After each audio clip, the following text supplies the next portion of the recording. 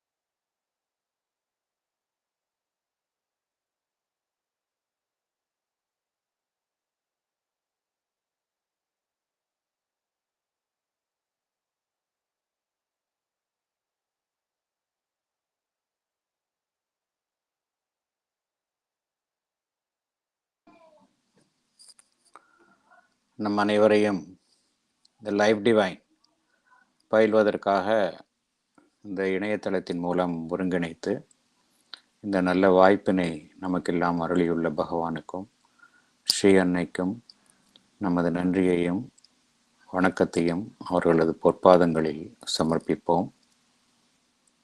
இத்தருணத்தில் நம் மனதில் எழும் ஒவ்வொரு எண்ணத்தையும், இங்கு நாம் பேசும் ஒவ்வொரு வார்த்தையையும் அவர்களுக்கு காணிக்கையாக சமர்ப்பிப்போம்.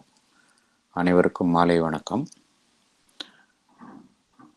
நாம் லைஃப் டிவைன் சாப்டர் 1 போன இந்த ஒவ்வொரு செவ்வாய்க்கிழமையும் முதலிலிருந்து நாம் பார்க்கின்றோம். போன செஷனில் சாப்டர் 1 என்ன பார்த்தோம் அப்படின்னா, அதாவது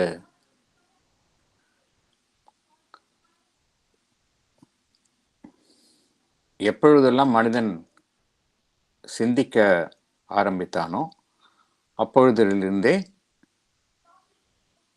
அவன் சில உயரிய லட்சியங்களை நாடுவதாகத்தான் அவனுடைய ஆர்வம் இருந்து வருகின்றது. அந்த லட்சியங்கள் என்னவென்றால், தன்னை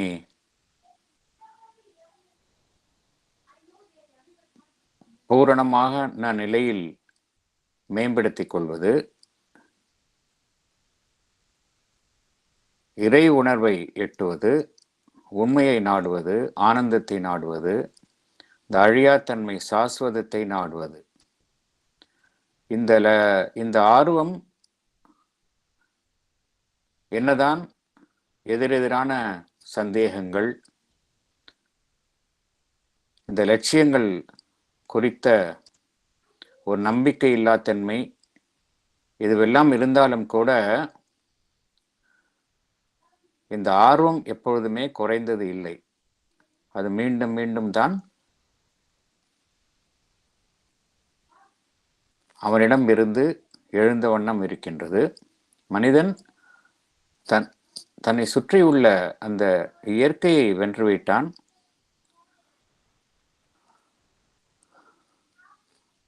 ஆனால் என்னதான் அவன் அந்த இயற்கையின் மீது ஓரளவு வெற்றி கொண்டாலும் கூட அந்த உண்மையான திருப்தி என்பதை அவனால் அடைய முடிவதில்லை. இந்த உயரிய லட்சியங்கள் எல்லாம் ஒரு அறிவு சார்ந்த மனிதனுக்கு இது வழக்கத்திற்கு மாறாக தோன்றுகின்றன. ஏனென்றால் வாழ்க்கையில் சந்திப்பது எல்லாமே எதிரெதிரான நிலைகளை சந்திக்கும் பொழுது இந்த லட்சியங்கள் எதிரான நிலைகள் வழக்கத்துக்கு மாறாக இருப்பது போல் ஒரு மனிதனுடைய அறிவுக்கு புலப்படுகின்றது. சில தனி மனிதர்கள் அவர்களுடைய ஒரு ஆர்வ எழுச்சியினாலும் ஒரு தீவிர யோக சாதனையினாலும் இந்த உயர் லட்சியங்களை அடைகின்றார்கள். ஆனால் அநேகம் பேர் ஒரு சாதாரண அநேகம் பேர் அந்த லட்சியத்தை நோக்கி மெல்ல மெல்ல ஊர்ந்து செல்லும் அந்த பரிணாம வளர்ச்சியின் மூலமாகத்தான் அதை நோக்கி பயணித்துக் கொண்டிருக்கின்றார்கள். ஆனால் இந்த இயற்கை தன்னுடைய லட்சியமாக எதை இந்த இறை மெய்மை இந்த பூமியில் தன்னை வெளிப்படுத்திக் கொள்ளும் பொழுது எதை லட்சியமாக வைத்துக் கொண்டு அது தன்னுடைய காரியங்களை ஆற்றுகின்றது என்றால்,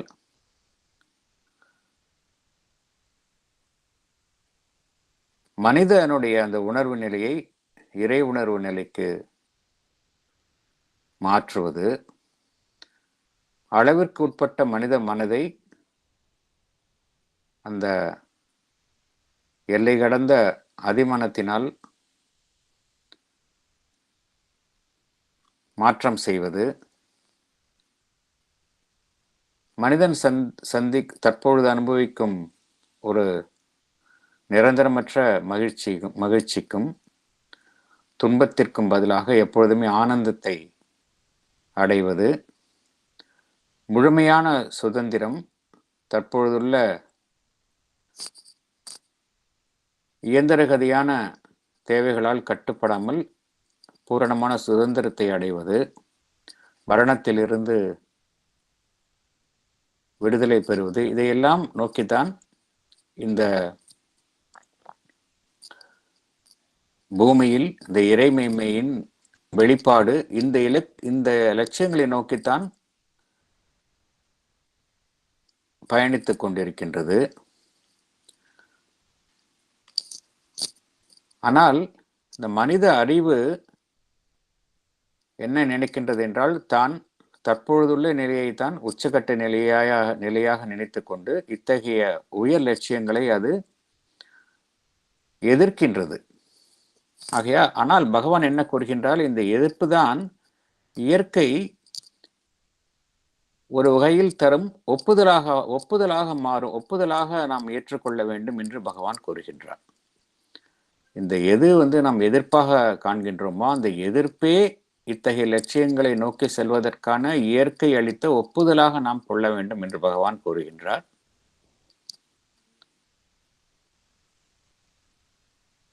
இந்த வாழ்வில் சந்திக்கும் பிரச்சனைகளுக்கு எல்லாமே காரணம் என்னவென்றால், அங்கு அந்த ஒத்திசைவின்மையின் காரணமாகத்தான் வாழ்வில் அனைத்து பிரச்சனைகளுக்கும் மூல காரணம் ஒத்திசைவின்மை. இந்த ஒத்திசைவின்மை எதனால் ஏற்படுகின்றது என்றால், ஏன் இந்த ஒத்திசைவின்மை எதற்காக பகவான் கூறுகின்றார் என்றால், நாம் தற்பொழுது வாழுகின்ற சாதாரண இந்த புவி வாழ்விற்கும் உயர்ந்த லட்சியமான அந்த இறை வாழ்விற்கும் இடையுள்ள நாம் காணும் அந்த ஒத்திசைவின்மை. ஆனால் இந்த ஒத்திசைவின்மை என்பது எல்லா நிலைகளிலும் இருக்கின்றது. வாழ்வின் அனைத்து பிரச்சனைகளுக்கும் காரணம் ஒத்திசைவின்மை. ஒத்திசைவின்மை என்பதை ஒரு சாதாரண நடைமுறை வாழ்க்கையில் இருந்து கொண்டு ஒரு குறுகிய கால லாபத்திற்காக மாத்திரம் அதை அணுகுபவர்கள் ஒரு தற்காலிக உடன்பாட்டை ஏற்படுத்தி கொண்டு தொடர்ந்து செல்வார்கள். ஆனால் அவர்களால் நிரந்தரமான ஒத்திசைவை கொண்டு வர முடியாது. ஆனால் ஒரு அவேக்கன் ஒரு மனிதன் விழிப்புற்ற நிலையில் அவ்வாறு இருக்க முடியாது. அவன் எதை நாடுகின்றான் என்றால், ஒரு முழுமையான ஒத்திசைவைத்தான் அவன் நாடுகின்றான். இங்கு பகவான் கூறுவது என்னவென்றால், இயற்கை எப்பொழுதுமே இந்த ஒத்திசைவை தான் நாடுகின்றது. இயற்கை எப்பொழுதுமே ஒத்திசைவைத்தான் நாடுகின்றது. சடப்பொருள், வாழ்வு, மனம், இந்த நிலைகளில் அந்தந்த நிலைகளில் ஒத்திசைவு இயற்கை உறுதி செய்கின்றது. இங்கு பகவான் கூறக்கூடிய ஒரு முக்கியமான உண்மை என்னவென்றால், எங்கெல்லாம் அந்த ஒத்திசைவின்மையின் தீவிரம் அதிகமாக காணப்படுகின்றதோ அங்கேயெல்லாம் அந்த ஒத்திசைவை நோக்கி செல்லும் அந்த இயக்கம் இன்னும் தீவிரமாக இருக்கின்றது என்று பகவான் குறிப்பிடுகின்றார். இது ஒரு பாரடாக்ஸ் என்று கூறுகின்றார். எங்கெல்லாம் ஒத்திசைவின்மை தீவிரமாக காணப்படுகின்றதோ அங்கெல்லாம் அந்த ஒத்திசைவை நோக்கி செல்லும் இயக்கமும் தீவிரமாக செயல்படுகின்றது என்று பகவான் குறிப்பிடுகின்றார். இந்த வகையில் பார்க்கப்போனால் இயற்கை இயற்கை தொடர்ச்சியாக ஒத்திசைவின்மையை ஒத்திசைவாக தொடர்ந்து செயல்படுத்தி கொண்டு வருகின்றது. ஆரம்பத்தில் பார்த்தோம் என்றால் சடப்பொருள், பின்பு வாழ்வு தோன்றியது. சடப்பொருளுக்கும் வாழ்விற்கும் இடையே முரண் இருந்தது. அதை ஒரு வகையில் இயற்கை இந்த இரண்டு நிலைகளுக்கும் இடையில் ஒத்திசைவை உண்டாக்கி கொண்டு வருகின்றது. நம் உடல் என்று எடுத்துக்கொண்டால், உடல்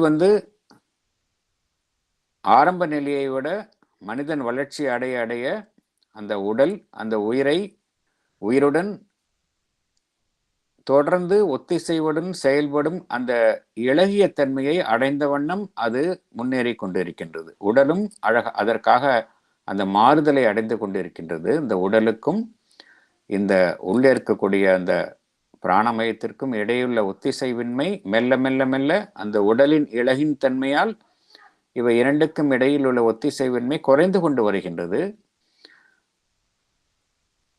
அதே போல இந்த மனம் மனிதனுடைய மனம் என்பது ஓரளவு மனிதனுடைய மற்ற பாகங்களை விட ஓரளவு அதிகம் வெளிப்பட்ட நிலையில் இருக்கின்றது. ஆனால் மனிதனுடைய உடலும் பல்வேறு யோக பயிற்சிகளின் மூலமாக அந்த வெளிப்படைந்த தன்மையை மெல்ல மெல்ல அடைந்து கொண்டு வருகின்றது. ஆகையால் மனதிற்கும் உடலுக்கும் இடையில் கூட ஒத்திசைவு மெல்ல மெல்ல ஒரு முழுமை பெறும் தன்மையை அடைந்து வருகின்றது. ஆனால் பகவான் இங்கே கூறுவது, இறுதியான ஒரு சாதனை என்னவாக இருக்கும் என்றால், இந்த உடல் மனதை சார்ந்து இல்லாமல் அதற்கென்றே பிரத்யேகமான உண்மை ஒளியை தாங்கும் திறனை அது அடையும் என்று பகவான் குறிப்பிடுகின்றார். அது எப்பொழுது நடைபெறும் என்றால், இந்த உடல் மனதின் ஆளுமைக்கு இல்லாமல் அந்த அதிமனத்தினுடைய நேரடி ஆளுமையில் ஒளியில் திருவுருமாற்றம் அடையும் பொழுது இந்த உடல் தனக்கென்றே ஒரு உண்மையையும் தனக்கென்றே அந்த ஒளியையும் பெற்ற வண்ணம் இருக்கும் என்று பகவான் குறிப்பிடுகின்றார். ஆகையால் பகவான் அந்த ஒத்திசைவு, ரெக்கன்சிலியேஷன், அதுதான் இயற்கையினுடைய அடிப்படையான செயல்பாடு என்று பகவான் குறிப்பிடுகின்றார். Reconciliation is a fundamental method of nature. இயற்கையினுடைய செயல்பாட்டில் எது ஒரு அடிப்படை செயல்பாடாக இருக்கின்றது என்றால் ரெக்கன்சிலியேஷன், ஒத்திசைவை ஏற்படுத்துவது. இந்த ப்ராசஸ் தொடர்ந்து நடைபெற்று கொண்டிருக்கின்றது.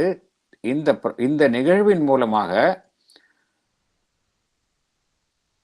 வெவ்வேறு உயர் நிலையில் இருக்கக்கூடிய எதிரெதிரான நிலைகள் ஒத்திசைவுடன் பொருத்தப்படுகின்றன என்று பகவான் குறிப்பிடுகின்றார். Reconciliation is a fundamental method of nature and a process by which higher and higher opposites are reconciled.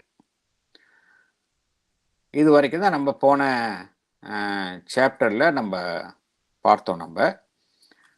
அதாவது போன சாப்டர் நம்ம என்ன பார்த்தோம் அப்படின்னா,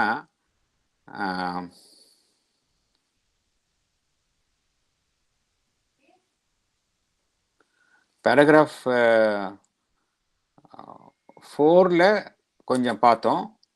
அங்கே எங்கேருந்து விட்டோமோ அதுலேருந்து நம்ம திருப்பி ஆரம்பிக்கலாம். நம்ம பேராகிராஃப் 1 minute நான் எடுத்துடுறேன். அது நான்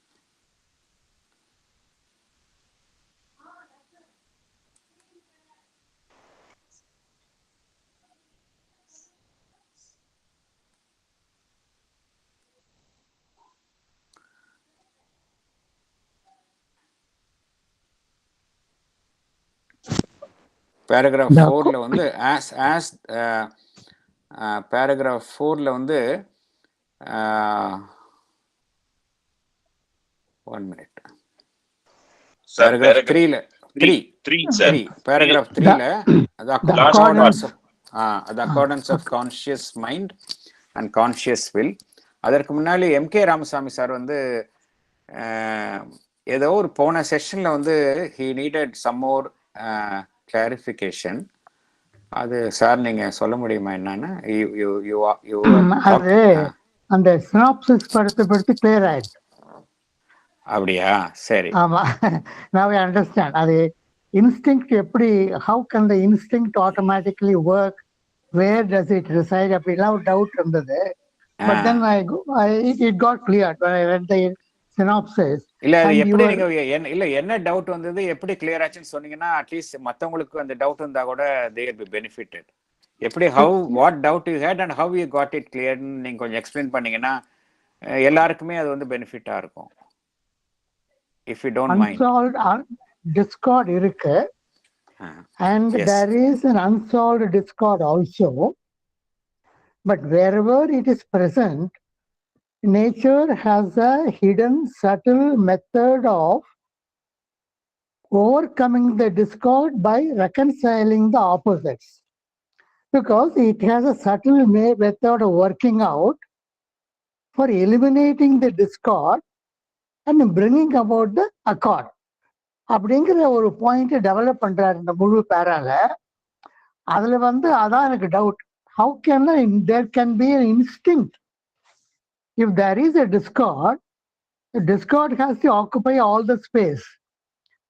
How does the instinct survive that discordance map and act against the discord to bring about accord? அப்படின்னு ஒரு டவுட் இருந்து. But now nature has got a method to do it, the subtle method to do it, and nature is endowed with that capacity. அப்படின்னு சொல்லியிருக்காரு.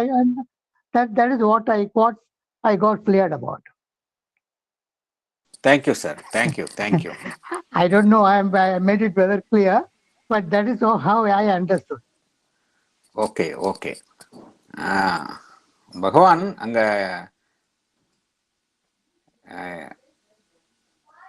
என்ன கூறுகின்றார் என்றால்,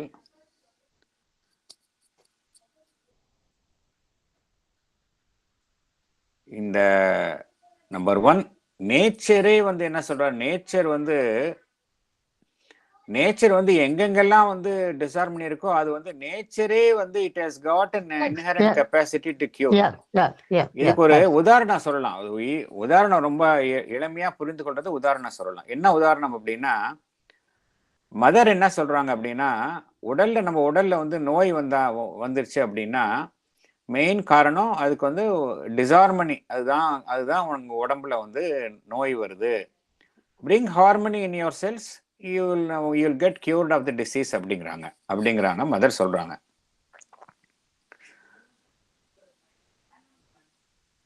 அப்புறம் இன்னொன்னு சொல்றாங்க, body left itself he can cure itself அப்படிங்கிறாங்க. பாடி left itself, if you don't allow the interference of your mind, if the body left itself has got the capacity to cure itself.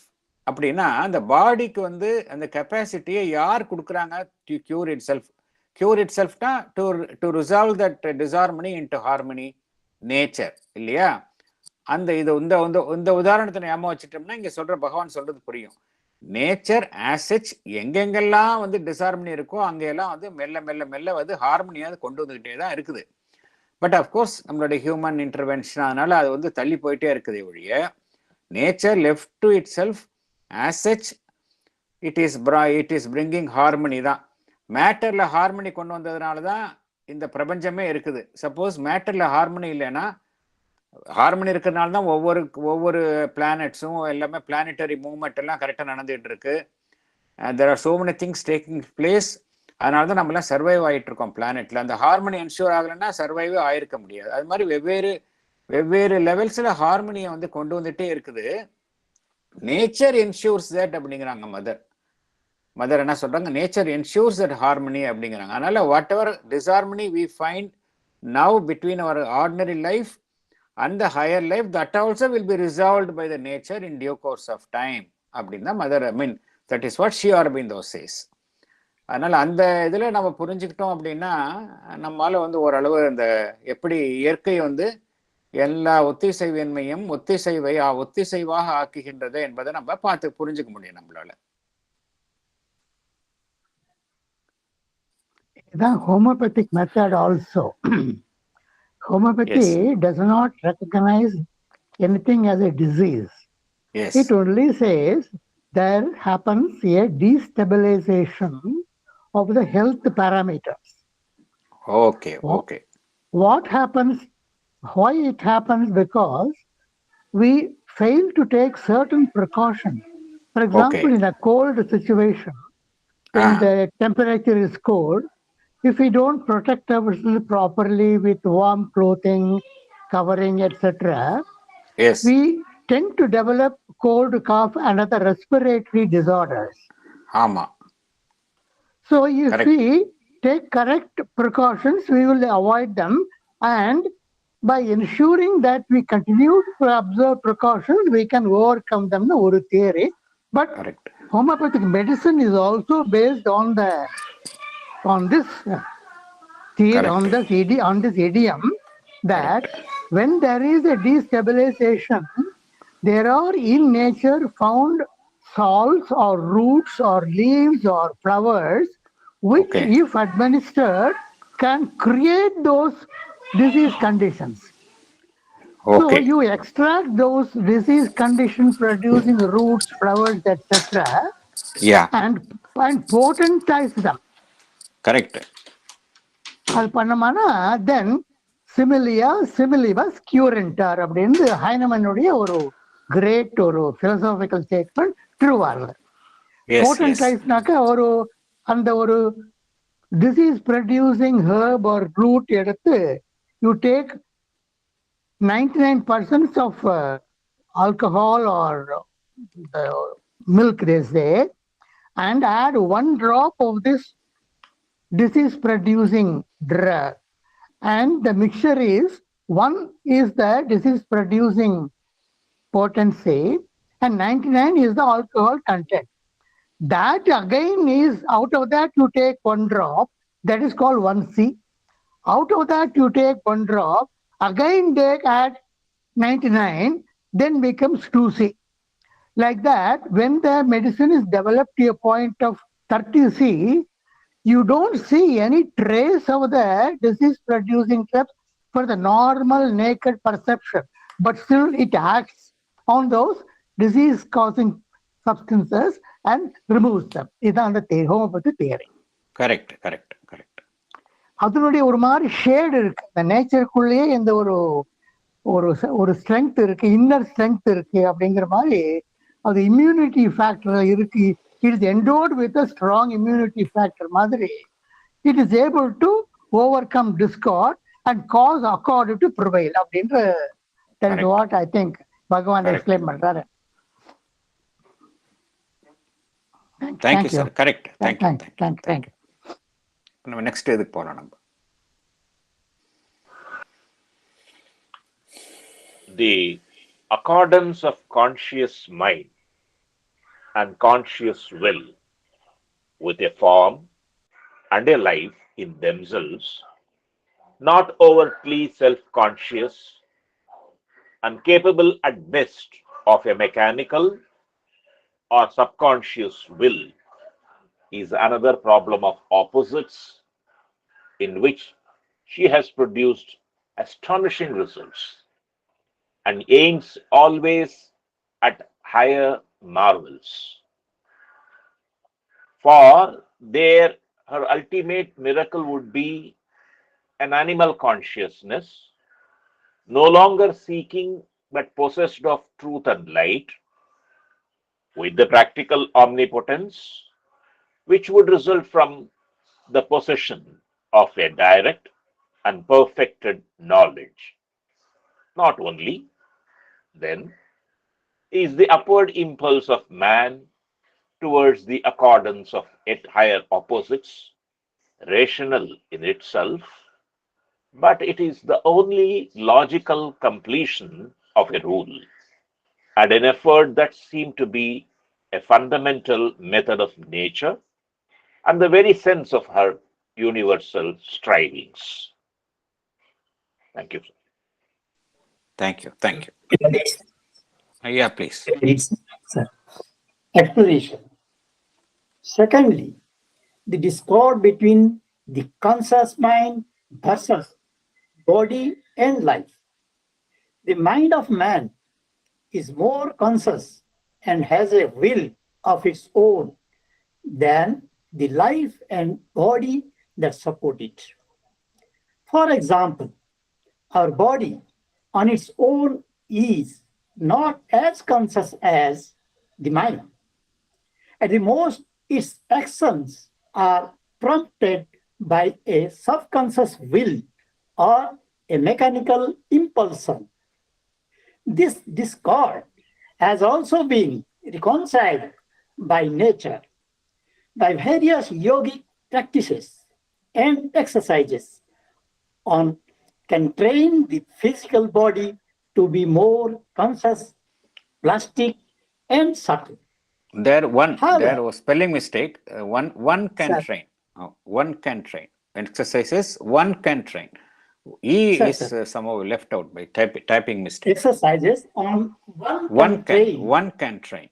One can train the physical body to be more conscious, plastic, and subtle.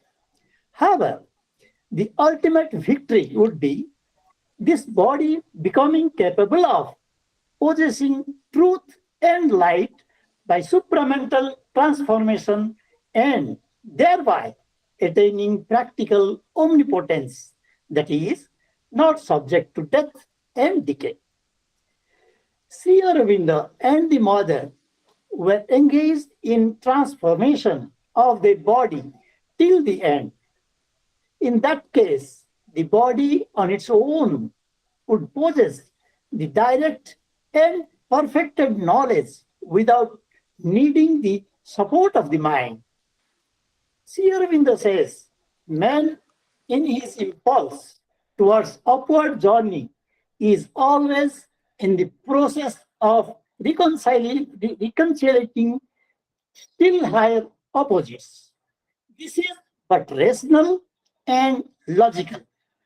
This effort of reconciliation of opposites is the fundamental method of nature. This constitutes the very sense of universal struggle, life struggling to emerge out of matter, mind struggling to emerge out of life, and finally, supermind struggling to emerge out of mind. Thank you, sir. Thank you. There is also one more mistake. The last but one sentence, this effort of reconciliation of opposites is the fundamental method of nature. 1 minute. First sentence.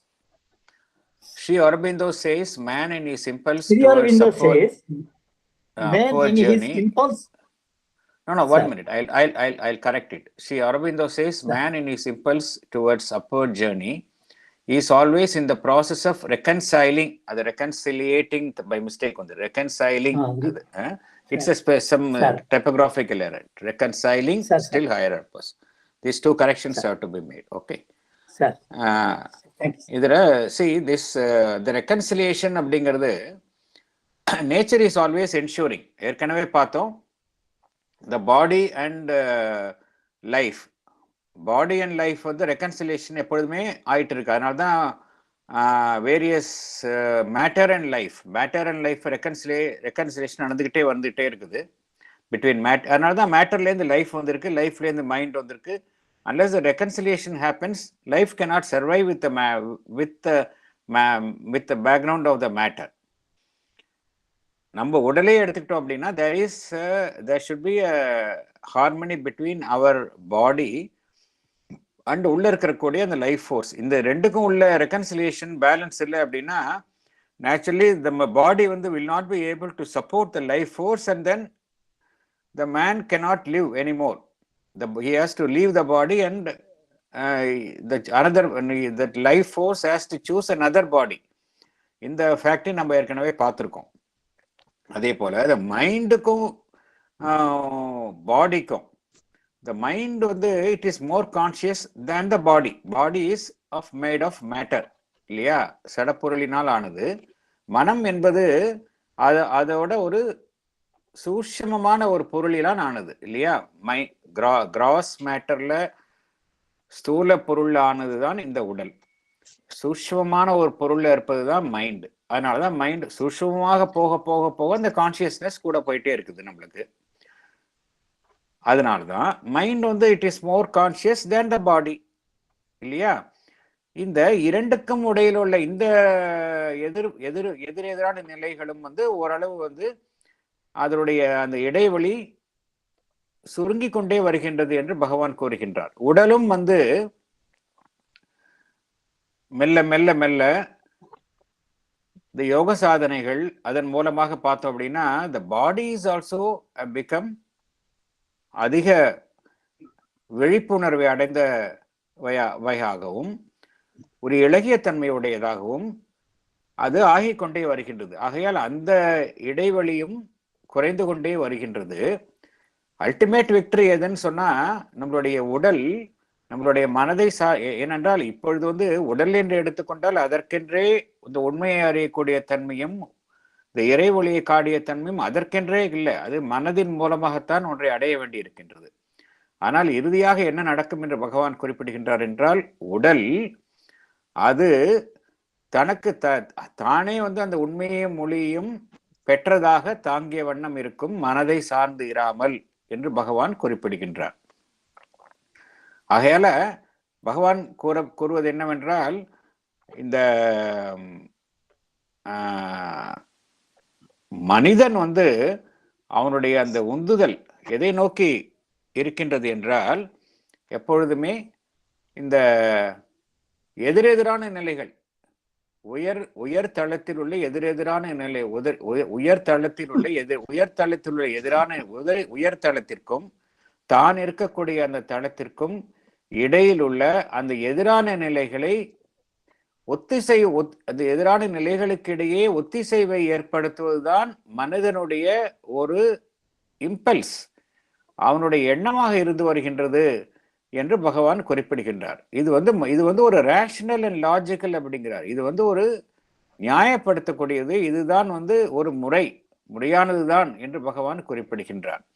ஏனென்றால் இயற்கை அப்படித்தான் செயல்படுகின்றது. இயற்கை என்ன செய்கின்றது? எங்கெங்கெல்லாம் முரண் இருக்கின்றதோ அதை ஒத்திசைவாக்கின்றது. இரண்டு முரண்பாடுகளுக்கு இடையே அது ஒத்திசைவை உண்டாக்கி கொண்டு வருகின்றது. இந்த ஒத்திசைவை உண்டாக்கும் அந்த ஒரு நிகழ்வில்தான் அந்த போராட்டமே ஏற்படுகின்றது. ஏன் போராட்டம் ஏற்படுகின்றது என்றால், அந்த ஒத்திசைவை உண்டாக்கும் பொழுது அந்த இடைப்பட்ட நிலையில் போராட்டம் ஏற்படுகின்றது, பின்பு ஒத்திசைவு ஏற்படுகின்றது. எப்படி என்று பகவான் விளக்குகின்றார் என்றால், அடிப்படையில சடப்பொருள் இருக்கின்றது. அதிலிருந்து இந்த வாழ்வு வெளிவரும் பொழுது ஒரு மிகுந்த போராட்டத்துக்கு இடையே தன்னை நிலைநிறுத்தி கொண்டு வெளிப்படுத்துகின்றது. ஏனென்றால் உடனடியாக வாழ்வு வெளிப்பட்டவுடன் அது அதுவால் இயங்க முடிவதில்லை. அது மிகுந்த அந்த சடப்பொருள் என்கின்ற நிலையில் அந்த நிலைக்கு எதிரான நிலையிலிருந்து தன்னை நிலைநிறுத்தி கொண்டு மெல்ல மெல்ல வாழ்வின் நிலைகள் தோன்றுகின்றன. அதுக்கப்புறம் மனம் என்கின்ற நிலை வந்த பிறகும் பார்த்தோம் அப்படின்னா, அதுவும் மெல்ல மெல்ல மெல்ல ஒரு ஆதி மனிதன், அப்புறமா கொஞ்சம் வளர்ச்சி அடைந்த மனிதன், இப்படிப்பட்ட ஒரு போராட்டங்கள் எதிரான நிலைகளுக்கு இடையே மனம் என்கின்றது இப்பொழுது நன்கு பக்குவமடைந்த நிலையில் வெளிப்பட்ட நிலை இருக்கின்றது. இதே போல் பகவான் என்ன கூறுகின்றார்? இறுதியாக அந்த அதிமனம், சூப்பர் மைண்ட், அதுவும் மனம் என்கின்ற நிலையில் இருந்து வெளிவரும் என்று பகவான் குறிப்பிடுகின்றார். ஆகையால இந்த எதிரெதிரான நிலைகள், அதற்கிடையே ஒத்திசைவை உண்டாக்குவது, அதன் மூலமாக ஒரு உயர்நிலையை அடைவது என்பது ஒரு இயற்கையின் நிகழ்வாக தொடர்ந்து நடைபெற்று கொண்டிருக்கின்றது.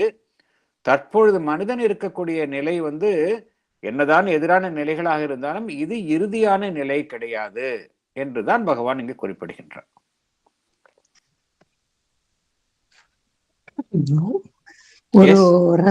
ஒரு respectful question.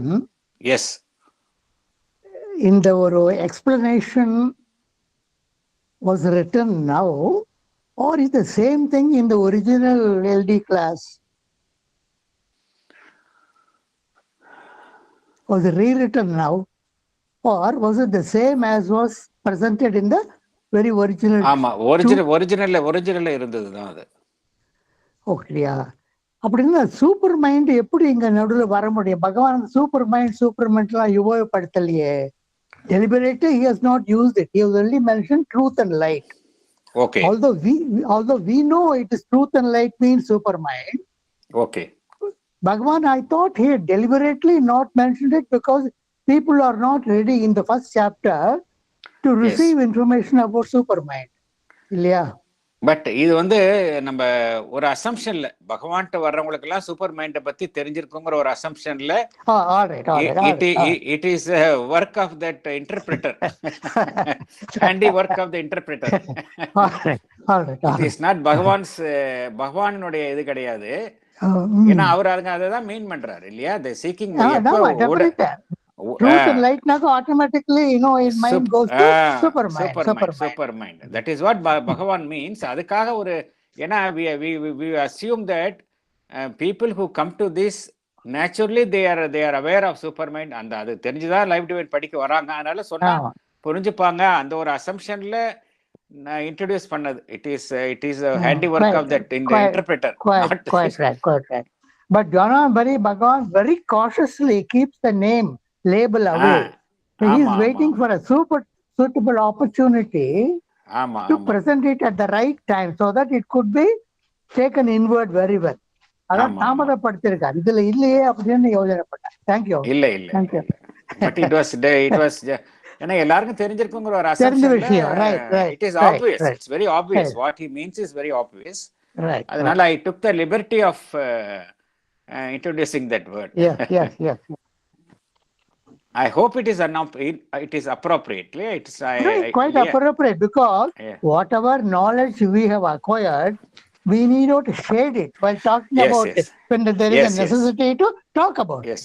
Yes. Because it has become part of our substance. we can Yes, talk yes. about it. Yes. Thank you. அசோகர் சார் உங்க கை ரேஸ் ஆயிருக்குது. ஆமா சார், இப்போ இது இனிஷியல் பேரா இதுக்கெல்லாம் சாப்டர்ஸ்க்கெல்லாம் மாதவ் பண்டிட்டோடைய எக்ஸ்பிளனேஷன் இல்லையா சார்? இனிஷியல் மாதவ் பண்டிட்டோட எக்ஸ்பிளனேஷன் இருக்குதே, இல்லை இருக்குமே. I would have seen it and I would have சில இதுலாம் நான் அதுவே கோட் பண்ணியிருப்பேன் நான். Okay sir. அதான் இதுல இப்போ இதுல இல்லையா, அதனால தான் கேட்டேன்.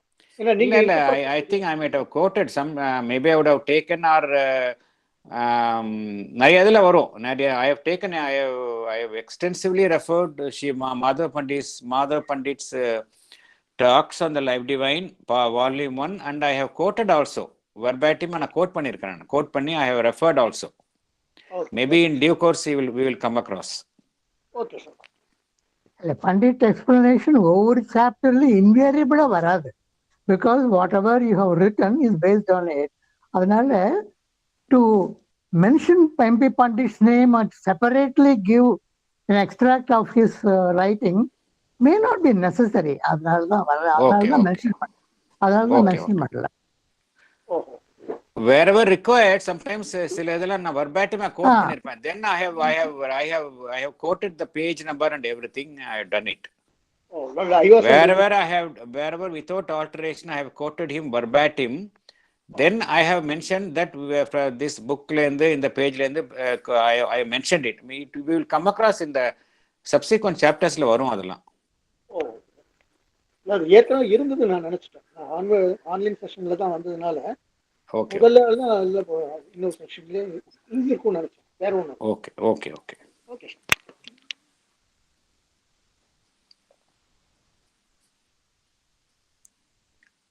நெக்ஸ்ட் பார்ட்டுக்கு போலாம்.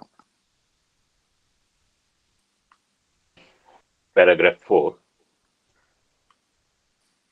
We speak of the evolution of life in matter, the evolution of mind in matter. But evolution is a word which merely states the phenomenon without explaining it. For there seems to be no reason why life should evolve out of material elements or mind out of living form unless we accept the Vedantic solution that life is already involved in matter and mind. Life.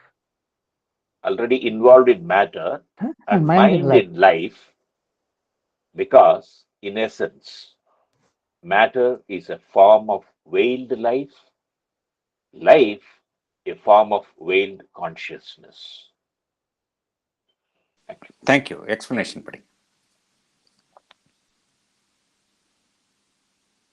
படிக்கட்டுமா sir? படிங்க madam, please.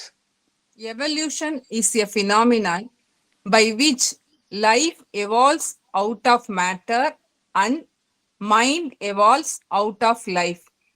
But it does not explain why it should be so.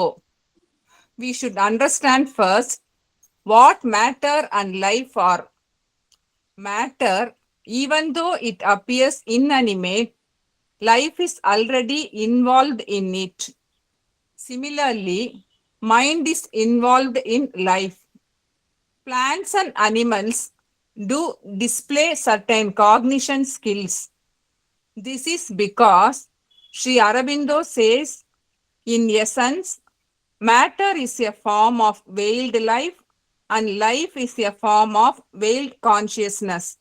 This is the Vedantic truth. Thank you, sir. Thank you. இப்போ சயின்டிஃபிக்காக evolutionary தியரியில் பார்க்குறோம். எவல்யூஷனில் material ஃபார்ம்ஸ்லேருந்து life forms இருக்கு அப்படிங்கிறதெல்லாம் பார்க்குறோம். தென் மனிதன் இருக்கின்றான் என்று பார்க்குறோம்.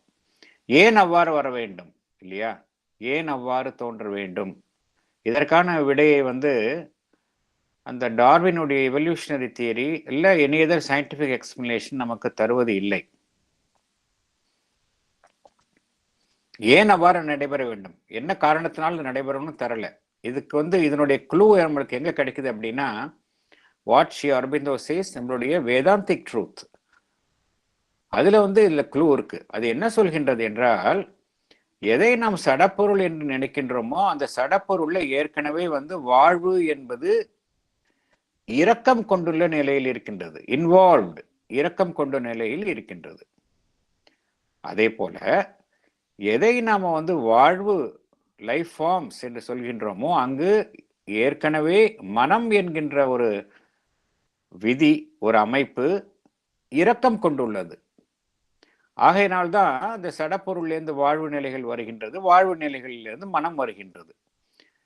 இதுதான் வேதாந்திக் ட்ரூத். இந்த அடிப்படையில் பார்த்தோம்னா ஏன் அது மாதிரி வருதுங்கிறது தெரியும், அதர்வைஸ் நம்மளுக்கு புரியாது அப்படிங்கிறார்.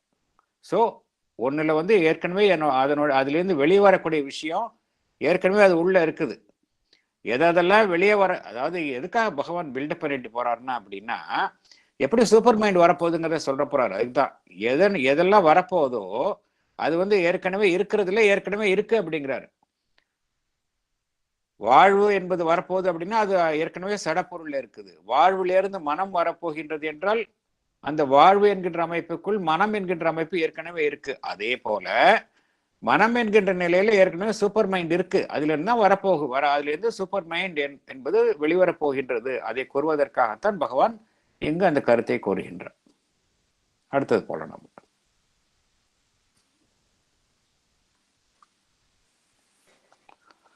And then there seems to be little objection to a farther step in the series, and the admission that mental consciousness may itself be only a form and a veil of higher states which are beyond mind. In that case, the unconquerable impulse of man towards God, light, bliss, freedom, immortality presents itself in its right place in the chain as simply the imperative impulse by which nature is seeking to evolve beyond mind, and appears to be as natural, true, and just as the impulse towards life, which she has planted in certain forms of matter, or the impulse towards mind, which she has planted in certain forms of life. Thank you. Thank you, sir. Thank you. Padding explanation, padding. Can I read, sir? Others also can read. Why? Sir, I expect all the others to participate. எல்லாரும் பங்கு நல்லா இருக்கும் அதுல. The entire in the portion ஒரே sentence. S S ஒரே sentence இது. S, எல்லாரும் கலந்துக்கலாம்ல படிக்கிறதுல. எஸ், படிங்க மேடம் ப்ளீஸ்.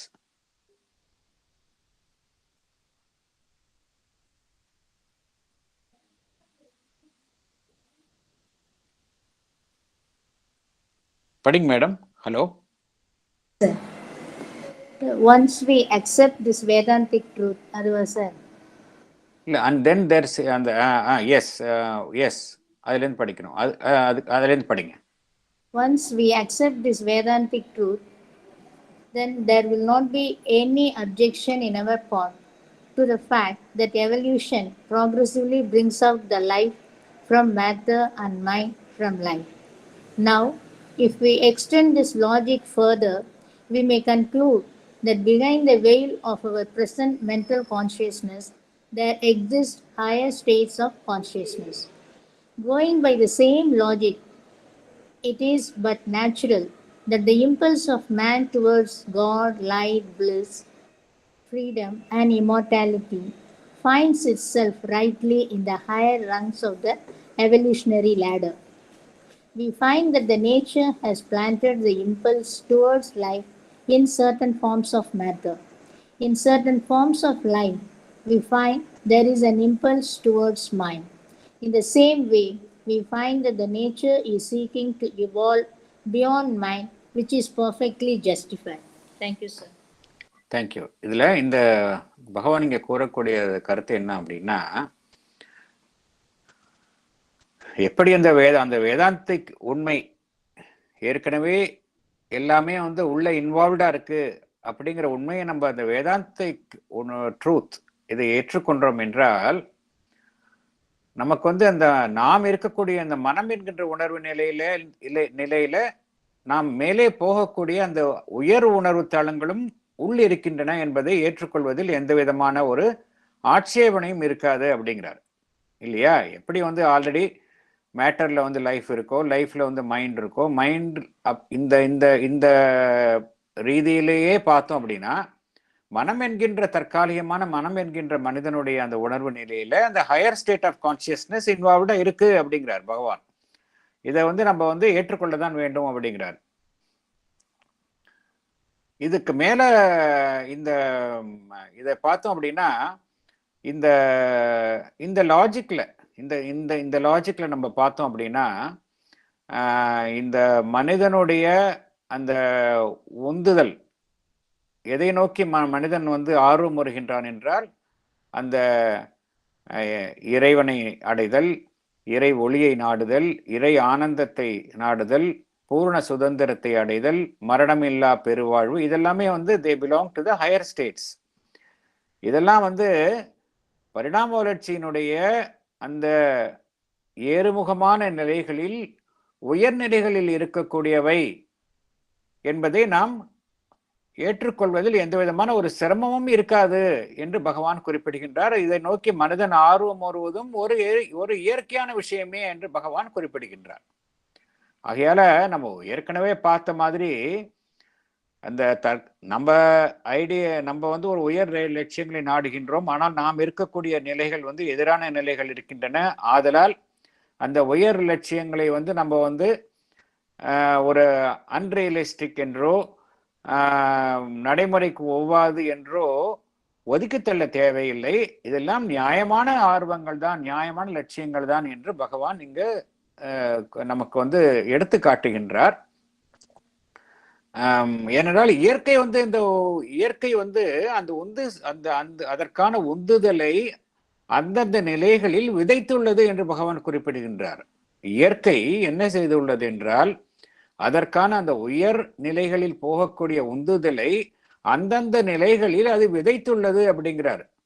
என்ன காரணம் அப்படின்னா, இம்பல்ஸ் ஆஃப் லைஃப் வந்து ஆல்ரெடி மேட்டர்ல இருக்கு. In certain forms of matter there is already an impulse of life. இதை வந்து அந்த போஸ் அப்படிங்கிற நம்மளுடைய அந்த காலத்திலேயே பகவான் இருந்த போது பகவானை குறிப்பிடுகின்றார். இங்க போஸ் வந்து சர்டன் மெட்டல்ஸ்ல வந்து அந்த லைஃப் ஃபார்ம்ஸினுடைய ஆரம்பகால அறிகுறிகள் காணப்படுகின்றன என்பதை விஞ்ஞான பூர்வமாக நிரூபித்தார் போஸ் என்கின்ற ஒரு வங்காள விஞ்ஞானி. அதே போல சில ஃபார்ம்ஸ் ஆஃப் லைஃப்ல மைண்டினுடைய இந்த இம்பல்ஸ் இருப்பதை நாம் உணர்கின்றோம். அதனால இந்த மனிதன் என்பவன் மனதை தாண்டி பரிணாம வளர்ச்சியில் செல்வது என்பது ஒரு ஒரு நியாயமானதும் ஒரு இயற்கையான நிகழ்வே என்று பகவான் இங்கு நமக்கு அறிவுறுத்துகின்றார். இட் இஸ் பெர்ஃபெக்ட்லி ஜஸ்டிஃபைடு அப்படிங்கிறார். நெக்ஸ்ட் போலாம் நம்ம.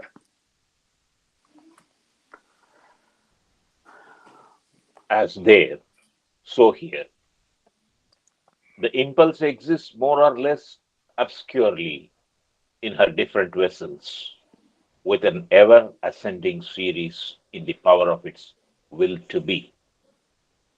As there, so here. It is gradually evolving and bound fully to evolve the necessary organs and faculties. As the impulse towards mind ranges from the more sensitive reactions of life in the metal and the plant up to its full organization in man, so in man himself there is the same ascending series, the preparation, if nothing more, of a higher and divine life. Thank you, sir. Thank you. Explanation படிங்க.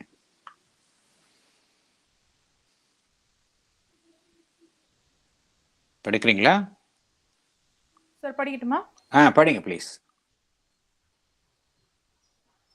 However, the impulse exists more or less obscurely in the various life forms in an ascending scale. It exists in the power of its will to be.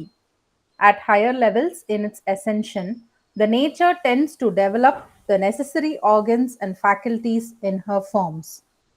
For example, we observe certain sensitive reactions of life in certain metals and rudimentary level of consciousness in certain plant forms. In man, who is at a higher stage of evolution, however, such faculties are fully developed. In man himself, the evolution is on an ascending scale.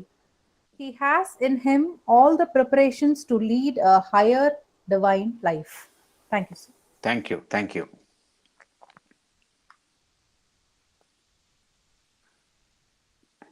இந்த நம்ம என்ன பார்த்தோம் அப்படின்னா, எல்லாமே இந்த உயர்நிலைகளை நோக்கி பரிணாம வளர்ச்சியில் செல்லும் அந்த உந்து சக்தி, இன்ஸ்டிங்க்ட், இது எல்லா நிலைகளிலும் இருக்கின்றது. இது ஒரு ஏறுமுக நிலையில் இருக்கின்றது. இந்த உந்து சக்தி என்பது, இந்த இம்பல்ஸ் எப்படி இருக்கு அப்படின்னா, ஒரு அசெண்டிங் ஸ்கேல், ஏறுமுக நிலையில் இருக்கின்றது. ஆரம்ப கால நிலைகளில் பார்த்தோம் அப்படின்னா அது ஒரு மறைந்துள்ள நிலையில் இருக்கின்றது. இது மெல்ல மெல்ல மெல்ல இந்த பரிணாம வளர்ச்சியில் அந்த வாழ்வு, அந்த லைஃப் ஃபார்ம்ஸ், மனிதன் என்கின்ற நிலை வரும்பொழுது இது மெல்ல மெல்ல உயர்ந்த அளவில் தன்னை வெளிப்படுத்திக் கொள்கின்றது. எப்படி என்றால், நம்ம ஏற்கனவே சொன்ன மாதிரி சில மெட்டல்ஸ்ல பார்த்தோம் அப்படின்னா, சில மெட்டல்ஸ்ல ஆல்ரெடி அந்த வாழ்வினுடைய அந்த சில சென்சிட்டிவ் ரியாக்ஷன்ஸ் இது இருக்கின்றது என்று நிரூபித்துள்ளார்கள். சயின்டிஃபிக்கா நிரூபித்துள்ளார்கள். சில மெட்டல்ஸ்ல, மெட்டல்னு நம்ம எடுத்துக்கிட்டா நம்ம ஒரு சாதாரண மனோநிலையில் அதை சடப்பொருள் என்று தான் நாம் பார்க்கின்றோம். ஆனால் அந்த சடப்பொருள் என்ற நிலையிலும் சென்சிட்டிவ் ரியாக்ஷன்ஸ் ஆஃப் லைஃப் என்று இருக்கின்றது. அதே போல மனிதன் சில இது இப்ப ஒரு சடப்பொருள் நிலையில இப்படி இருந்தாலும் சரி, சடப்பொருளுக்கு அடுத்த நிலையில் இருக்கக்கூடிய அந்த வாழ்வு நிலைகளான சில தாவர இனங்கள்லையும் பார்த்தோம் அப்படின்னா இந்த கான்சியஸ்னஸ் அது ருடிமெண்ட்ரி லெவல்ல இருக்கு.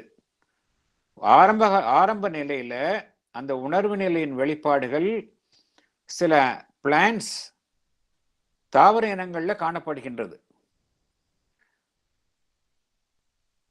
இதே போல ஹையர் லெவல் ஸ்டேஜ் ஆஃப் எவல்யூஷன்ல பார்த்தோம் அப்படின்னா இந்த ஃபேக்கல்டிஸ், இந்த திறன்கள்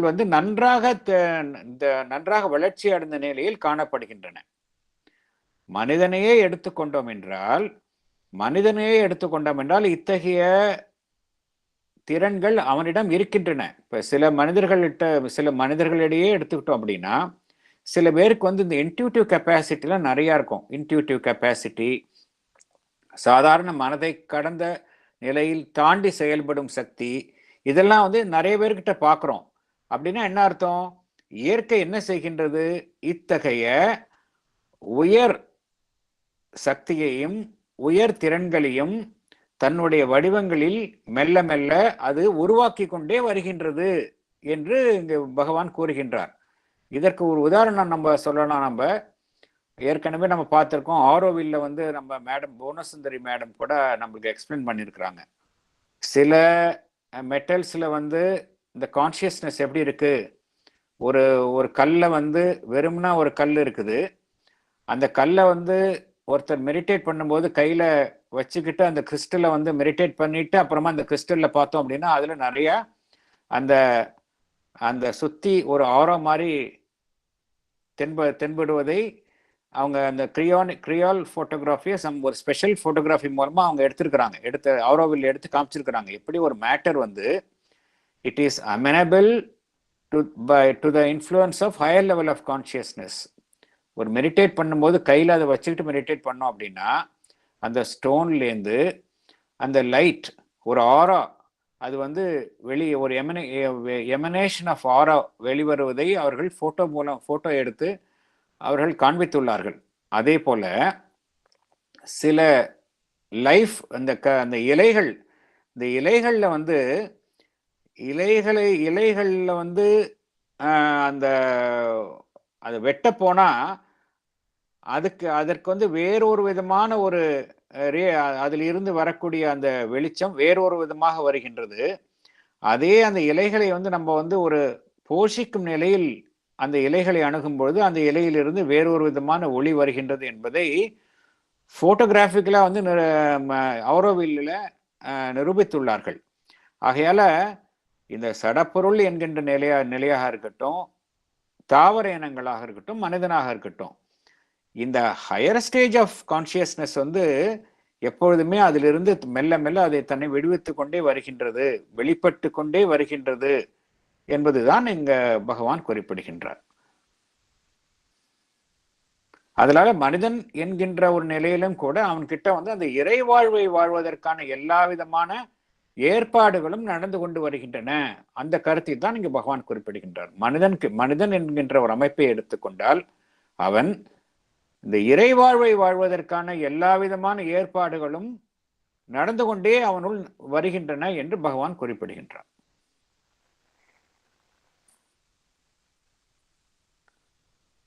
நெக்ஸ்ட் போலாம் நம்ம. The animal அசோகன் சார் ஏதாவது பேச சார் 1 minute. அசோகன் சார் ஏதாவது சொல்ல விரும்புறீங்களா? ஆமா சார். அதாவது லைஃப் ஃபார்ம்ஸ்ல வந்து ஹையர் கான்சியஸ்னஸ் இன்வால்வ் ஆயிருக்குன்றதுக்கு ஒரு 9 வருஷம் முன்னாடி ஒரு ஆல் இந்தியா ரேடியோ டிராமா, அகில இந்திய நாடகம் சொல்லிட்டு, அதுக்கு மோஸ்ட்லி இமேஜினேஷன் பேஸ்ட் தான் அது. பட் அது வந்து செப்டபஸ் அப்படின்னு ஒரு பிளான்ட், அதாவது ஒரு மரம். அந்த மரத்துக்கிட்ட வந்து போகாதீங்க நல்லா வார்ன் பண்ணுவாங்க. அது வந்து ஒருத்தர் தெரியாமல் போயிட்டோன்னே அது அப்படியே வந்து அவன் மேலே சூழ்ந்துட்டு அதை அவனை கன்சியூம் பண்ணிடும். அந்த மாதிரி ஒரு இது ஒன்று வந்தது. அது கிட்டத்தட்ட அந்த மாதிரி ஒரு இதுதானே, அதாவது அடுத்த ஹியூமன் கான்சியஸ்னஸே அதுக்கு வந்துட்ட மாதிரியும் அந்த ஒரு அப்படி ஒரு கற்பனை பண்ண வந்தது sir. Just I want to share. Yes sir, yes. Naturally அப்புறம் நிறைய பேர் அனுபவபூர்வமாக சொல்லியிருக்கிறாங்க. அந்த ஒரு நம்ம வீட்டில் செடி இதெல்லாம் வளர்க்கும் போது அதை வந்து நம்ம அன்போடு எப்படி மனிதர்கள்ட்ட அன்போடு இருக்கின்றோமோ அதே போல் அதை அன்புடன் நாம் போஷித்து வளர்க்கும் பொழுது அந்த செடிகள் நன்றாக பூ பூத்து காய் காய்த்து நன்றாக வளர்கின்றன என்பதை அனுபவபூர்வமாக நிறைய பேர் வந்து சொல்லியிருக்கிறாங்க. அதனால the plants have a consciousness, higher level of consciousness. அது வெறும் சாதாரண நிலையில் கிடையாது. அனிமல்ஸுக்கு சொல்லவே தேவையில்லை. நிறைய அனிமல்ஸ் பார்த்தோம் அப்படின்னா மனிதனுடைய அன்புக்கு அவைகள் பதிலளிக்கின்றன. They respond to human love. நிறைய பார்க்குறோம், கேட்ஸ், டாக்ஸ், மெனி அனிமல்ஸ் நம்ம பார்க்குறோம். They respond to human love. Even elephants. அதனால there are so many animals which respond to human love. அதனால this is quite obvious. நம்மளுக்கு அந்த கருத்தை தான் பகவான் கூறுகின்றார். The plants were receptive to musicங்கிறது கூட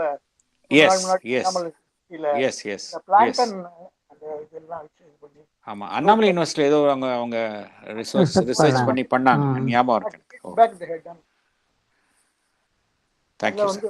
வாழை மரத்துல எல்லாம் வந்து அந்த growth ஜாஸ்தியா இருந்தது. Thank you.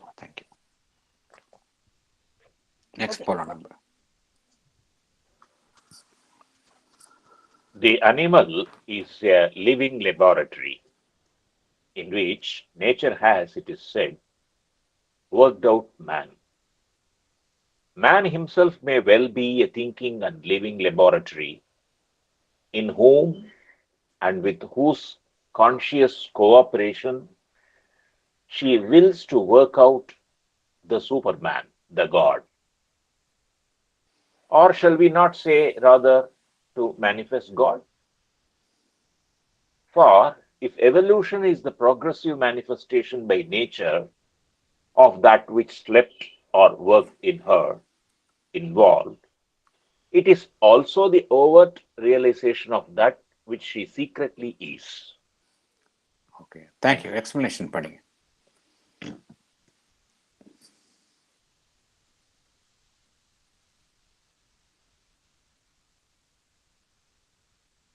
எக்ஸ்பிளனேஷன் படிக்கிறீங்களா? படிக்கட்டுமா சார்? படிங்க madam. Sri Aurobindo says the animal is nothing but a living laboratory in which nature works out a man. Similarly, man himself may well be a living as well as a thinking laboratory in which Superman or God is worked out.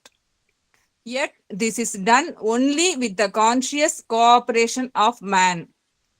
Rather, man is here to manifest God. Sri Aurobindo says evolution serves two purposes. One, it is a progressive manifestation by nature of what is sleeping or involved in her. Life involved in matter, mind involved in life. The other, overt, that is open, realization of that she really is. There is divine consciousness secretly involved in all forms of nature. Evolution brings out the hidden divine consciousness. Thank you, sir. Thank you. இங்க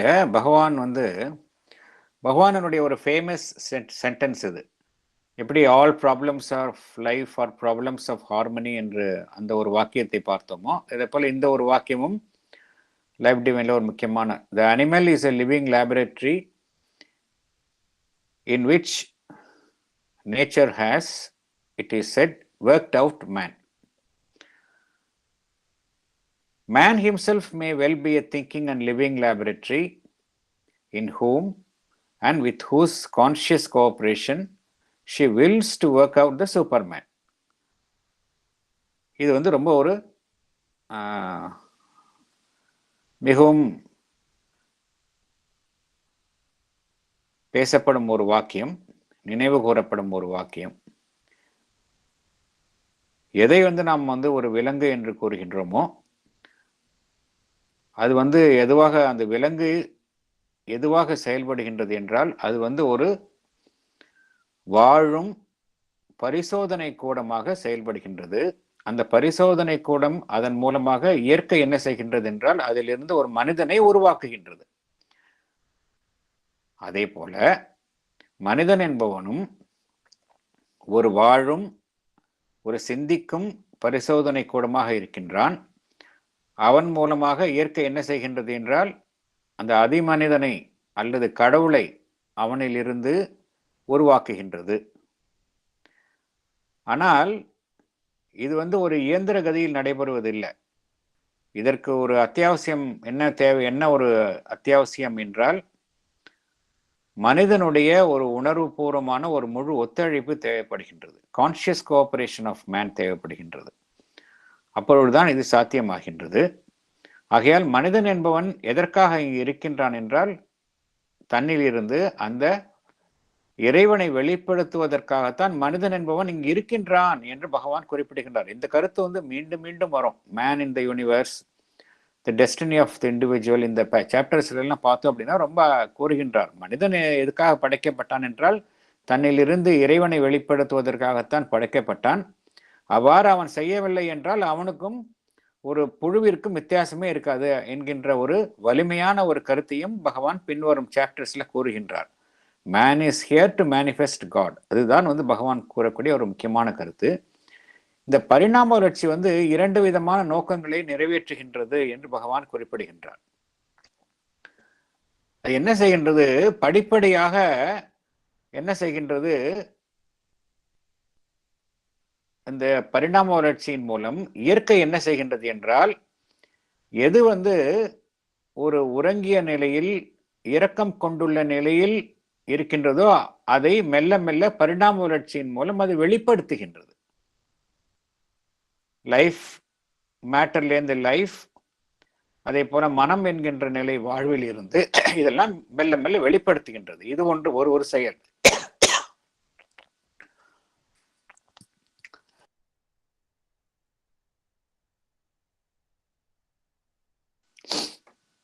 இரண்டாவது என்ன செய்கின்றது என்றால்,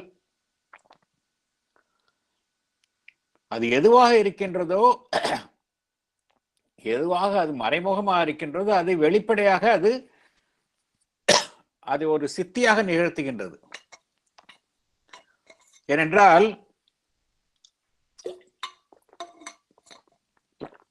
நம்ம எல்லோருக்கும் தெரியும், எல்லாவற்றிலும் மறைந்திருப்பது அந்த டிவைன் கான்சியஸ்னஸ், இறை பேருணர்வு. அதுதான் எல்லா விதமான வடிவங்களிலும் மறைந்துள்ளது, இரக்கம் கொண்டுள்ள நிலையில் இருக்கின்றது. இந்த பரிணாம வளர்ச்சி என்ன செய்கின்றது என்றால், இந்த மறைந்துள்ள இந்த இறை பேருணர்வை வெளியில் கொண்டு வருகின்றது. ஆகக்கூடிய இந்த இரண்டு நோக்கங்களை இந்த பரிணாம வளர்ச்சி நிறைவேற்றுகின்றது என்று பகவான் குறிப்பிடுகின்றார். மேற்கொண்டு போகலாம். We cannot then. Sir, Ashokan sir சொல்ல விரும்புறீங்களா? உங்க ஹேண்ட் ரைஸ் ஆயிருக்கு.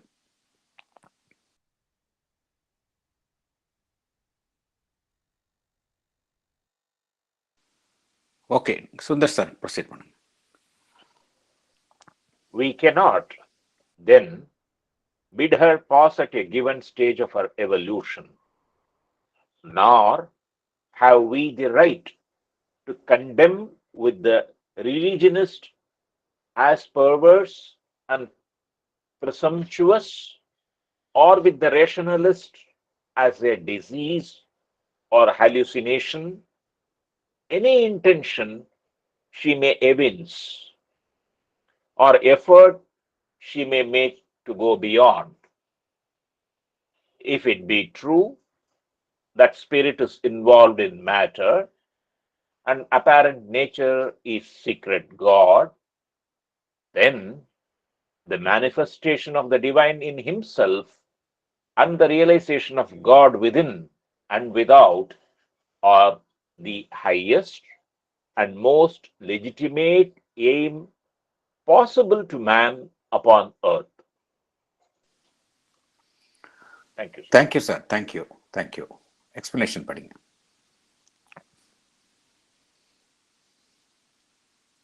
படிக்கட்டுமா sir? படிங்க madam. From the foregoing paragraphs, we may well conclude that we are placed at a particular stage of evolution, which is on an ever ascending scale. We cannot draw a finishing line at this stage. The religious approach views the man's evolutionary possibility of going beyond the present mental consciousness and attaining divinity as something perverse and an out of bound thinking. On the other hand, rationalists condemn such thinking as a hallucination of a diseased mind. We cannot take sides with either of them. It is true that the spirit is involved in matter. What appears as nature to us is secret God. That being so for the man, to manifest divine in himself, to realize God both within him and in all things outside him, is the most legitimate aim possible upon earth, says Sri Aurobindo. Thank you, sir. Thank you. இப்போ இவல்யூஷனுடைய நோக்கம் என்னவென்றால், தன்னுள் எது மறைந்துள்ளதோ அதை வெளிப்படுத்துகின்றது. அது மாத்திரமல்ல, தன்னுள் மறைந்துள்ள அந்த இறைப்பெயர் உணர்வை மெல்ல மெல்ல வெளிப்படுத்துகின்றது. ஒன்று, படிப்படியாக தன்னுள் மறைந்துள்ள அந்த உயர்நிலையை ஒவ்வொரு நிலையிலும் அது வெளிப்படுத்துகின்றது. இரண்டாவது, தன்னுள் எது மறைமுகமாக இருக்கின்றதோ, அந்த இறை பேரணுவு மறைமுகமாக இருக்கின்றதோ, அதுதான் இயற்கையின் அனைத்து வடிவங்களிலும் இருக்கின்றது. அதை அப்பட்டமாக வெளிப்படையாக அது வெளிப்படுத்துகின்றது. அதுதான் அந்த பரிணாம வளர்ச்சியினுடைய நோக்கமாக இருக்கின்றது என்பதை பார்த்தோம். அப்படிப்பட்ட ஒரு நிகழ்வு நடந்து கொண்டிருக்கும் பொழுது நம்ம இப்பொழுது உள்ள நிலையில் இருந்து கொண்டு இதற்கு நம்ம ஃபுல் ஸ்டாப் வைக்க முடியாது. இதுதான் இதோட முடிந்து விடுகின்றது. மனிதனுடைய அந்த பரிணாம வளர்ச்சியின் பயணம் இத்துடன் நின்று விடுகின்றது என்று நாம் அதற்கான ஒரு முற்றுப்புள்ளியை தற்பொழுது வைக்க முடியாது என்று கூறுகின்றார். வைக்கவும் கூடாது, அது முடியாது என்று பகவான் குறிப்பிடுகின்றார். அந்த மத ரீதியான கோட்பாடுகள்ல அந்த சிந்தனைகள்ல அவங்க என்ன சொல்றாங்க அப்படின்னா, மனிதன் வந்து அங்க இப்ப ஃபார் எக்ஸாம்பிள் சில மதங்கள்ல, ஒரு குறிப்பிட்ட மதங்களில் எல்லாம் பார்த்தோம் அப்படின்னா, மனிதன் வேறு, இந்த இறைவன் வேறு. இறைவன் இறைவன் என்பவன் இந்த பிரபஞ்சத்திற்கு அப்பாற்பட்ட ஒரு விஷயம், எக்ஸ்ட்ரா காஸ்மிக் பர்சனாலிட்டி, டிவைன். அப்படி என்றுதான் அவர்கள் பார்த்தார்கள். அதனால் மனிதன் என்பவன் இறைவனாக முடியாது என்பதுதான் அவர்களுடைய ஒரு கோட்பாடு. அது வந்து அவர்கள் எவ்வாறு கூறினார்கள், அது வந்து ஒரு வக்கிரமானது என்று அவர்கள் நிராகரித்தார்கள். It's something perverse and out of bound thinking. அதை வந்து அவர்கள் ஏற்றுக்கொள்ளவில்லை இல்லையா? சில மதத்தினர் இந்த மனிதன் வந்து தெய்வமாக முடியும் என்கின்ற அந்த கோட்பாடை அவர்கள் வந்து ஏற்றுக்கொள்ளவில்லை. அது வந்து என்ன சொன்னாங்க, பர்வர்ஸ் அண்ட் ப்ரிசம்ஷியஸ் சொன்னாங்க. இது ஒரு புறம் இருக்கின்றது. இந்த நாத்திகவாதிகள், ரேஷனலிஸ்ட், அவர்கள் என்ன சொன்னார்கள் என்றால், அப்படிப்பட்ட ஒரு சிந்தனை வந்து ஒரு ஆரோக்கியமற்ற ஒரு மனதின் சிந்தனை. அது வந்து ஒரு ஹலூசினேஷன். அது வந்து ஒரு மனதில் ஏற்படும் ஒரு பொய்யான தோற்றம் என்று அவர்கள், இட் இஸ் ஹலூசினேஷன் என்ற என்ன அர்த்தம்? ஒரு உண்மை கிடையாது. அந்த ஹலூசினேஷன் வந்து ஒரு பொய்யான தோற்றம், ஒரு பொய்யான ஒரு எதிர்பார்ப்பு. எப்படி வந்து ஒரு மனம் ஒரு இல்லாததை இருக்கின்றது என்று கற்பனை செய்து கொள்வது, இதுதான் ஹலூசினேஷன். இல்லாத ஒரு தோற்றத்தை இருப்பதாக நினைத்துக் கொள்வதுதான் ஹலூசினேஷன் என்றெல்லாம் அவர்கள் நிராகரித்தார்கள். ஆனால் நமக்கு என்ன தெரியும், என்ன வேதாந்திக் உண்மை என்ன? அதுதான் நம்மளுக்கு அடிப்படை.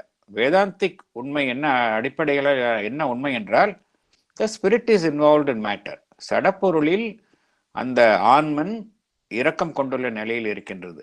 த divine is involved in matter. எது வந்து நம்ம வெளிப்புறமாக இயற்கை என்று எண்ணுகின்றோமோ அது வந்து இட் இஸ் சீக்ரெட் காட், ஒரு மறைந்துள்ள ஒரு தெய்வீகத்தின் வெளிப்பாடுதான் இயற்கை என்பது.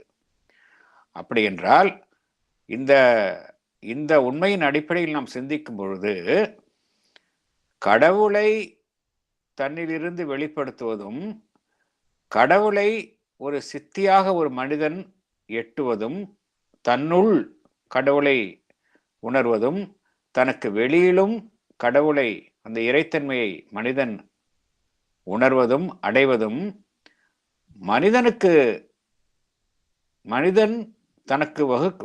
மனிதன் தனக்காக வகுத்து கொள்ளக்கூடிய ஒரு உயர்வான, மிகவும் நியாயமான ஒரு லட்சியம். இந்த உலகத்தில், இந்த புவியில் இருக்கக்கூடிய ஒவ்வொரு மனிதனுக்கும் இது வந்து மிகவும் ஒரு உயர்வான, மிகவும் ஒரு நியாயமான ஒரு லட்சியம் என்று பகவான் இங்கு அதை ஒரு மேன்மையாக கோருகின்றார். மதவாதிகள் இதை வந்து ஒரு வக்கிரமானது என்று நிராகரித்தார்கள். கடவுள் மறுப்பு கொள்கை உடையவர்கள் இது வந்து ஒரு நோயுற்ற ஒரு மனதின் ஒரு ஹலூசினேஷன் என்று அவர்கள் நிராகரித்தார்கள். ஆனால் பகவான் இங்கு என்ன கோருகின்றார், இந்த ஆன்மன் சடப்பொருளில் இருப்பதனால் இயற்கை என்பது அந்த கடவுள் மறைந்துள்ள ஒரு அமைப்பு தான் இயற்கை என்கின்ற அம்சம். ஆகையால் தன்னிலிருந்து அந்த இறைவனை வெளிப்படுத்துவதும், இறைவனை அடைவதும், தன்னுள் அடைவதும், தன்னை சுற்றி பிற விஷயங்களிலும் அந்த இறைவனை மனிதன் எட்டுவதும் அடைவதும் அவனுக்கு இந்த உலகத்தில் அவன் அடையக்கூடிய மிகவும் உயர்வான, மிகவும் ஒரு நியாயமான ஒரு இலக்கு என்று பகவான் நியாயப்படுத்துகின்றார்.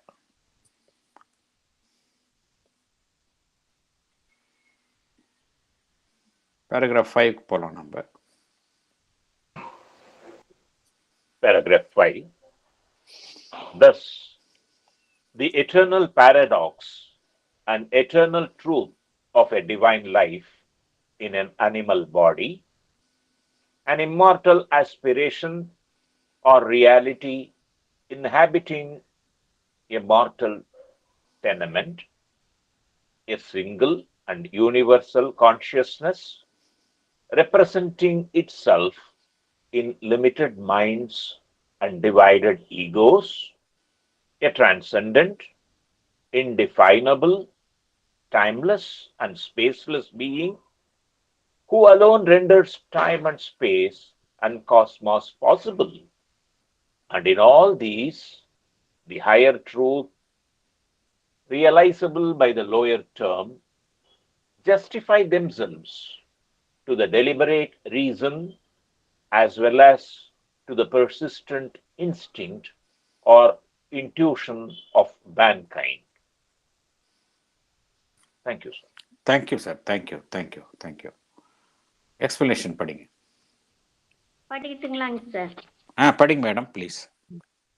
There are eternal paradoxes mentioned by Sri Aurobindo, that there can be a divine life in an animal body, that immortal aspiration is ever present in a mortal body, that the consciousness is single and universal and yet represented by limited minds and individuals' egos, a transcended, indefinable, timeless and spaceless being who alone renders time and space and cosmos possible.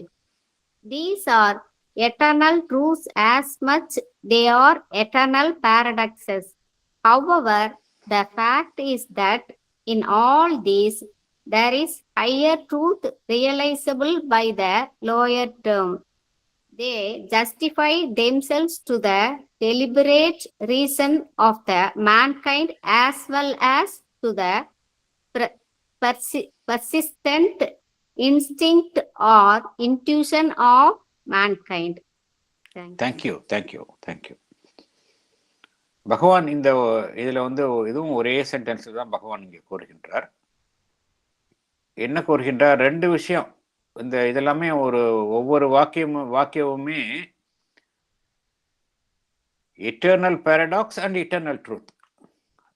ஒவ்வொரு வாக்கியமும் எப்படி இருக்கின்றது என்றால் eternal paradox, ஒன்றோடு ஒன்று எதிரான விஷயங்கள் paradox, அதுவே எட்டர்னல் ட்ரூத்தாகவும் இருக்கின்றது, சாஸ்வதமான உண்மையாகவும் இருக்கின்றது. எதுவெல்லாம் வந்து அவ்வாறு பகவான் கூறுகின்றார் என்றால் eternal truth as well as eternal paradox.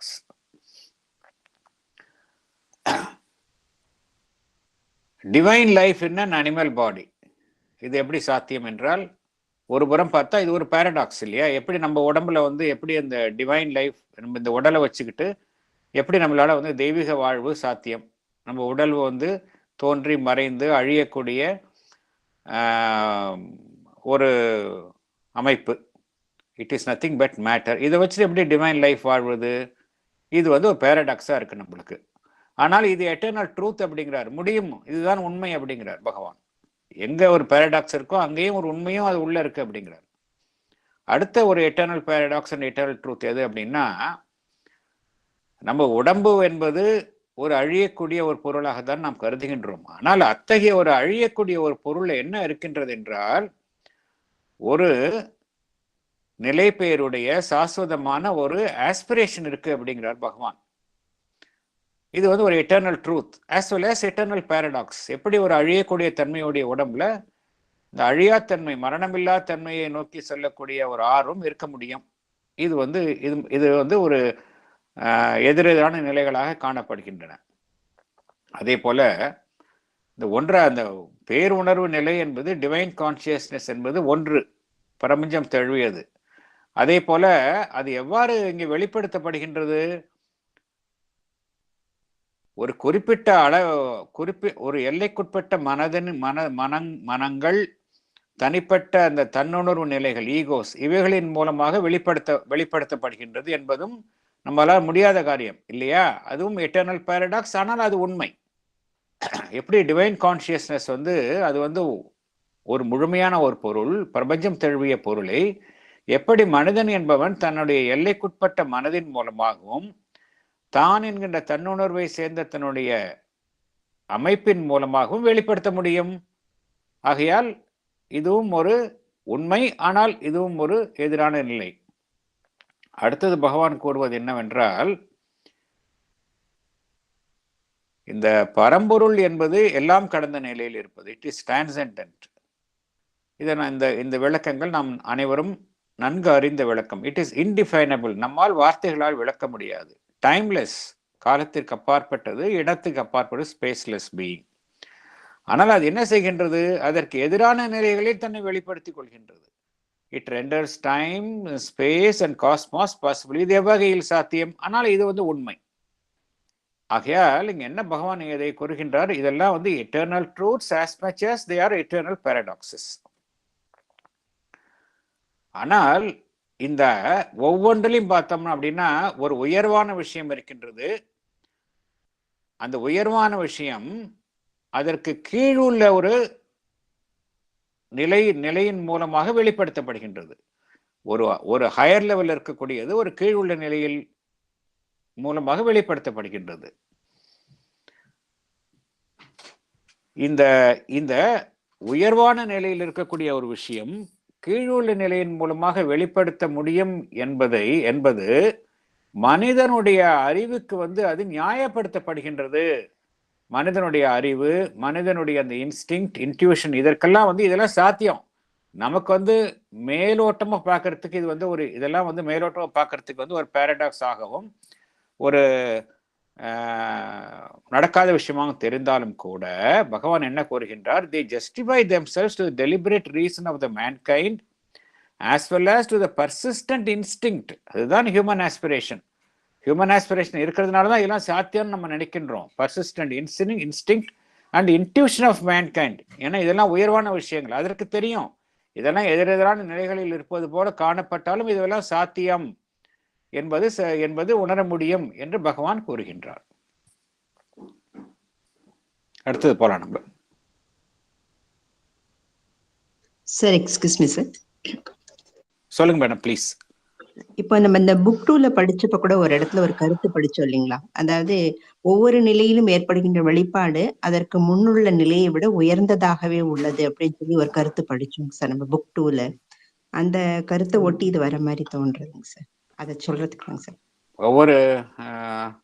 ஒவ்வொரு நிலையிலும் ஏற்படுகின்ற வெளிப்பாடுகள் அதற்கு முன்னுள்ள நிலையை விட உயர்ந்ததாகவே உள்ளது அப்படின்னு ஒரு கருத்து. ஆமா ஆமா ஆமா கரெக்ட் கரெக்ட் கரெக்ட். ஆமா புக்லயே படிச்சோம். ஆமா எஸ் எஸ். ரீசன்ட்டா அதாவது எது what has evolved out of the previous stage is always higher than the previous stage அப்படிங்கறத நம்ம பார்த்தோம். நம்ம ப்ரீவியஸ் இதுல நம்ம பார்த்தோம். நம்ம அதுல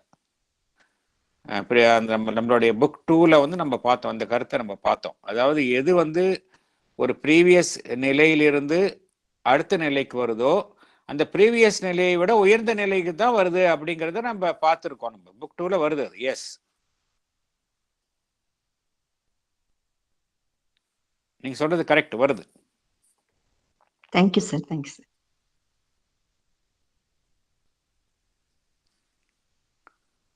நெக்ஸ்ட் போலாம் நம்ம.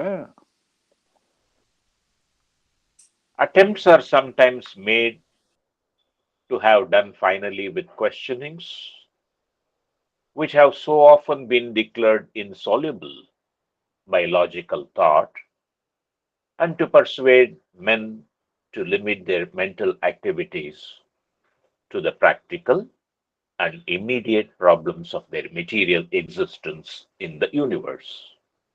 But such evasions are never permanent in their effect. Mankind returns from them with a more vehement impulse of inquiry or a more violent hunger for an immediate solution. Thank you. Explanation படிங்க sir. படிக்கட்டுங்களா? படிங்க madam, please படிங்க. Now all these paradoxes cannot be solved by logical mind. As an easy solution, attempts have been made always to dissuade men from realizing these higher truths and to concentrate more on the practical and immediate problems of their worldly life. But such evasive attempts were never successful. Always mankind returns from them with violent hunger for immediate resolution. Thank you, sir. Thank you madam, thank you. இப்போ ஒரு சின்ன உதாரணம் எடுத்துக்கலாம். இப்போ நாம் அனைவருமே live divine படிக்கின்றோம் இல்லையா? இந்த லைவ் டிவைன் படிப்பது என்கின்ற ஒரு முயற்சியில் ஒரு கடந்த 2 வருடங்களாக நம்மளுமே தொடர்ச்சியாக எல்லோரும் ஈடுபட்டு வருகின்றோம். இந்த லைஃப் டிவைன் அப்படின்னு எடுத்துக்கிட்டோம்னா இது மிகவும் ஒரு கடினமான ஒரு ஆழமாக நம்ம நன்கு ஊனி கவனித்து உள்வாங்கிக் கொள்ள வேண்டிய ஒரு உயர் ஞானத்தை உடைய ஒரு படைப்பு இல்லையா? இருந்தாலும் கூட அது எவ்வளவுதான் கடினமாக இருந்தாலும் நாம் மீண்டும் மீண்டும் முயன்று அதை அறிந்து கொள்ள முயற்சிக்கின்றோம். எது இதற்கு இந்த நம்மளுடைய முயற்சிக்கு காரணமாக இருக்கின்றது என்றால், இங்கே பகவான் சொல்லக்கூடிய அந்த ஆஸ்பிரேஷன் தான், ஹியூமன் ஆஸ்பிரேஷன் தான். மனித குலம் அந்த உயர்வான விஷயத்தை நோக்கித்தான் போய்கொண்டே இருக்கின்றது. அதனால்தான் நாமே படிச்சுட்டு இதெல்லாம் இவ்வளவு தூரம் நம்ம இதுல ஆர்வத்துடன் படிக்கின்றோம். இது நம்ம ஏதோ ஒரு எக்ஸாமுக்கு படிக்கிற மாதிரியோ இல்லை எந்த விதமான ஒரு மெட்டீரியல் பெனிஃபிட்ஸ்க்காகவும் நம்ம இதை படிக்கிறது இல்லை. இதை ஒரு ஆர்வ எழுச்சியின் காரணமாகத்தான் நாம் அனைவருமே இந்த முயற்சியில இறங்கியுள்ளோம். எதுக்கு பின்னால் உள்ள அந்த உந்து சக்தி எது அப்படின்னு பார்த்தோம்னா அந்த ஹியூமன் ஆஸ்பிரேஷன் தான் இல்லையா? ஏன்னா நம்ம லைவ் டிவைன்ல படிக்கக்கூடிய விஷயங்கள் எல்லாமே ரொம்ப உயர்வான விஷயங்களாக இருக்கின்றன. என்னதான் மனித மனம் அதை ஏற்றுக்கொள்வதற்கான சில தடைகள், அந்த மனித மனம் சமயத்தில் ஒத்துழைப்பது இல்லை. இதெல்லாம் இருந்தாலும் கூட ஏன் திரும்ப திரும்ப நாம் இதை படிக்கின்றோம் என்றால் இந்த ஆஸ்பிரேஷன் தான்.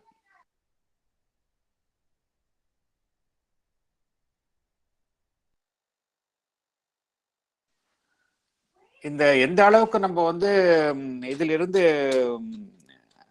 அந்த மனித மனதை இந்த முயற்சியில் இருந்து விலக்குவதற்கு என்னதான் முயற்சிகள் நடந்தாலும் சரி, மீண்டும் மீண்டும் மனித மனம் இந்த உயர்வான விஷயங்களை நாடித்தான் பகவான் ரொம்ப அழகாக கூறுகின்றார். More vehement impulse of inquiry or more violent hunger for immediate solution. ஒரு தீவிரமான ஒரு தெரிந்து கொள்ளும் நோக்கத்துடன் ஒரு violent hunger for immediate solution, நமக்கெல்லாம் ஒரு வயலண்ட் ஹங்கர் இருக்கின்றது என்று பகவான் கூறுகின்றார். மனித குலத்திற்கு ஒரு வயலண்ட் ஹங்கர், இந்த விஷயத்தை தெரிஞ்சுக்கணும், இதுக்கான தீர்வை காண வேண்டும் என்கின்ற ஒரு வயலண்ட் ஹங்கர் மனித குலத்தில் இருக்கின்றது என்று பகவான் குறிப்பிடுகின்றார். அது இருப்பதனால்தான் அந்த உயர்வான விஷயங்களை நோக்கி திரும்ப திரும்ப திரும்ப மனிதன் செல்கின்றான் என்றுதான் அந்த முயற்சியிலிருந்து மனிதனை தடுக்கும் வண்ணம் பல்வேறு நிகழ்வுகள் நடந்தாலும் திரும்ப திரும்ப மனிதன் அதை நோக்கித்தான் வருகின்றான் என்று பகவான் இங்கு கூறுகின்றார்.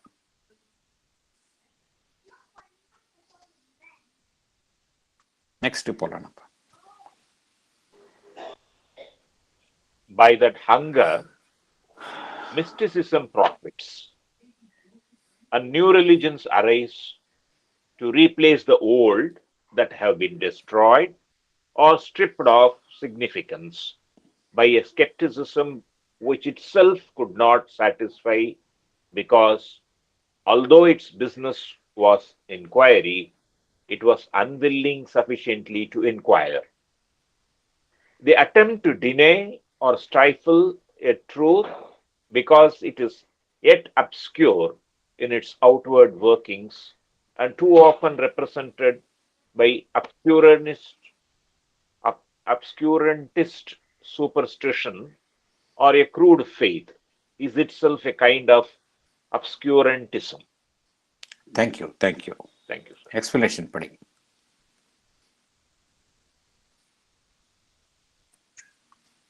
Sir, na padikalama? Padinga, please. In mankind, there is always hunger towards realization of these higher truths. This hunger gave rise to mysticism. Old religions were destroyed or stripped of their significance by skepticism. In their place, new religions arose. However, Sri Aurobindo says even such skepticism could not satisfy itself, because though their main object was to inquire, yet they failed to inquire sufficiently. Sri Aurobindo says there is always a tendency to deny a new truth because it is not yet visible and clear in its outward workings. It so happens that it is often represented by crude faith and superstitions. But to deny the truth on that grounds is itself a kind of obscurantism, meaning deliberate prevention of facts to be known. Thank you. Thank you. நம்ம ஏற்கனவே பார்த்தோம், மனித குலம் ஒரு தீவிரமான ஒரு போக்குடன் ஒரு தீர்வை நோக்கி தீர்வை நாடி செல்கின்றது அப்படிங்கிறத பார்த்தோம். நம்ம மேன்கைண்ட் ரிட்டர்ன்ஸ், இது மாதிரி என்னதான் மனித குலத்தை இந்த உயர் விஷயத்தை நாடும் அந்த முயற்சியில் இருந்து தடை செய்யும் வண்ணம் என்னதான் அதற்கு எதிரான சக்திகள் செயல்பட்டாலும் மீண்டும் மீண்டும் மனிதகுலம் அதை அந்த ஒரு தீர்வை நோக்கித்தான் அது திரும்புகின்றது என்கின்ற கருத்தை பார்த்தோம். இந்த பகவான் என்ன கோருகின்றார் என்றார், ஒரு வயலண்ட் ஹங்கர் அப்படிங்கிறார். இந்த வயலண்ட் ஹங்கர், இந்த வெஹிமென்ஸ், இந்த ஒரு தீவிரம், இதன் விளைவாகத்தான் என்ன தோன்றுகின்றது என்றால் அந்த மிஸ்டிசிசம் என்றால் நம்மளுடைய புலன்களை தாண்டி செயல்படும் விஷயங்கள் குறித்த ஒரு நாடுதல். அதான் மிஸ்டிசிசம் என்ன அர்த்தம்? எல்லாமே நம்மளுடைய புலன்களுக்கு புரிந்து விட்டால் அது அறிவு சார்ந்த விஷயம். மிஸ்டிசிசம் என்றால் புலன்களை தாண்டிய விஷயங்கள், அந்த விஷயங்களை நாடுவது, அது குறித்த ஒரு சிந்தனைகள், இதெல்லாமே இதுதான் மிஸ்டிசிசம் என்று கூறுவார்கள். இஸ் எ மிஸ்டிக் அப்படிம்பாங்க. மிஸ்டிக் என்ன அர்த்தம்னா சாதாரண மனிதர் இல்லை, அவர் அவருடைய எல்லாமே சாதாரண மனிதனுடைய புலன்களை சார்ந்து செயல்படுவதை தாண்டி நிலையில் செயல்படுவது. அதுதான் மிஸ்டிக்ஸ் அண்ட் யோகிஸ் சொல்ற மாதிரி மிஸ்டிசிசம். அதுதான் மிஸ்டிசிசம். அது எதனால் தோன்றியது என்றால் இதனுடைய விளைவாகத்தான் அது தோன்றியது. அதே போல மதங்கள் தோன்றின. மதங்களுடைய தோற்றம் எப்படின்னா, பழைய மதங்கள் இருக்கின்றன, பழைய மதங்களிலிருந்து புதிய மதங்கள் உருவாகுகின்றன. பழைய மதங்கள் இருக்கும் பொழுது அந்த ஸ்கெப்டிசிசம் என்றால் ஒன்றை உண்மை என்று ஏற்றுக்கொள்ள மறுப்பது. என்னுடைய அறிவுக்கு புலப்படாத எதையும் நான் ஏற்றுக்கொள்ள மறுப்பது. அதான் ஸ்கெப்டிக் அப்படிங்கிறது, ஏற்றுக்கொள்ள மறுப்பது. அதன் மூலமாக என்ன தோன்றின? பழைய மதங்கள் இருக்கின்றன, அதை ஏற்றுக்கொள்ள மறுக்கும் அந்த தன்மையினால் புதிய மதங்கள் தோன்றின. இது மாதிரி இந்த மதங்கள் தோன்றுவதும் அழிவதும் ஏன் அழிகின்றன என்றால் ஸ்கெப்டிசிசம், அதில் உள்ள கருத்துக்கள் சில பேருக்கு பிடிப்பதில்லை, அதை சந்தேகிக்கின்றார்கள், கேள்வி கேட்கின்றார்கள். தென் அகைன் புதிய மத கோட்பாடுகள் தோன்றுகின்றன. இந்த ஸ்கெப்டிசிசம், ஒன்றை ஏற்க மறுப்பது, அதுவும் ஒரு முழுமையாக அதிலும் ஒரு முழுமை காணப்படுவதில்லை என்று பகவான் குறிப்பிடுகின்றார். என்ன காரணம் என்றால் இந்த ஸ்கெப்டிக்ஸ் என்ன அவருடைய இந்த ஸ்கெப்டிசிசம் என்கின்ற ஒரு போக்கின் ஒரு முக்கியமான ஒரு வேலை என்னவென்றால் உண்மையை தேடி ஆராய்ந்து வெளிக்கொணர்வது. அதுதான் அதனுடைய உண்மையான வேலை, இல்லையா? பொய்மை, அதாவது எதுவெல்லாம் உண்மைக்கு புறமான விஷயங்களாக இருக்கின்றதோ அதை ஒவ்வொன்றாக விலக்கி உண்மையை வெளியே கொண்டு வருது. அதுதான் உண்மையான ஸ்கெப்டிக், உண்மையான ஒரு அதனுடைய வேலை. ஆனால் பகவான் இங்க என்ன கூறுகின்றார்? அந்த வேலையையும் அந்த போக்கு செய்யவில்லை என்கின்றார். They fail to enquire sufficiently. மேம்போக்காக ஒன்றை ஆராய்ந்து அதை அவர்கள் உண்மை அல்ல அல்லது இது மூட நம்பிக்கை என்று அவர்கள் ஒதுக்கி விடுகின்றார்கள். ஆகையால் ஸ்கெப்டிசிசம் என்பதும் சரியாக செயல்படுவது இல்லை என்று பகவான் குறிப்பிடுகின்றார். அப்புறம் இன்னொரு கருத்தை சொல்கிறார். இந்த ஸ்கெப்டிசிசம் என்பது, ஸ்கெப்டிசிசம் குறித்த ஒரு கருத்தை வந்து பகவான் வந்து இந்த கான்செப்டை பத்தி த மெட்டீரியலிஸ்ட் டினையல் என்கின்ற சாப்டர்ல ரொம்ப வெகுவாக அழகாக விளக்குகின்றார். அதோடைய ஒரு சின்ன கருத்தை விளக்குகின்றார். அவங்க என்ன கூறுகின்றார்கள் என்றால், இப்போ வந்து எனக்கு வந்து ஒரு உண்மை, ஒரு புதிய உண்மை நான் எதிர்கொள்கின்றேன், ஒரு புதிய உண்மையை நான் எதிர்கொள்கின்றேன். ஆனால் அந்த புதிய உண்மை என்னுடைய பார்வைக்கு தெரிவதில்லை. அதே போல அந்த புதிய உண்மையினுடைய செயல்பாடு என்னால் வெளிப்புறமாக பார்க்க முடிவதில்லை. ஒன்று, அது என்னால் பார்க்க முடிவதில்லை, என்னுடைய பார்வைக்கு விசிபிளா அல்ல. அதே போல அதனுடைய வெளிப்படையான செயல்பாடுகளை என்னால், அது வந்து அதனுடைய வெளிப்படையான செயல்பாடுகளை என்னால பார்க்க முடிவது இல்லை. இந்த இரண்டு காரணத்தினால நான் என்ன செய்கின்றேன், அந்த உண்மையையே நான் மறுக்கின்றேன். இது உண்மை இல்லை என்று நான் மறுக்கின்றேன்.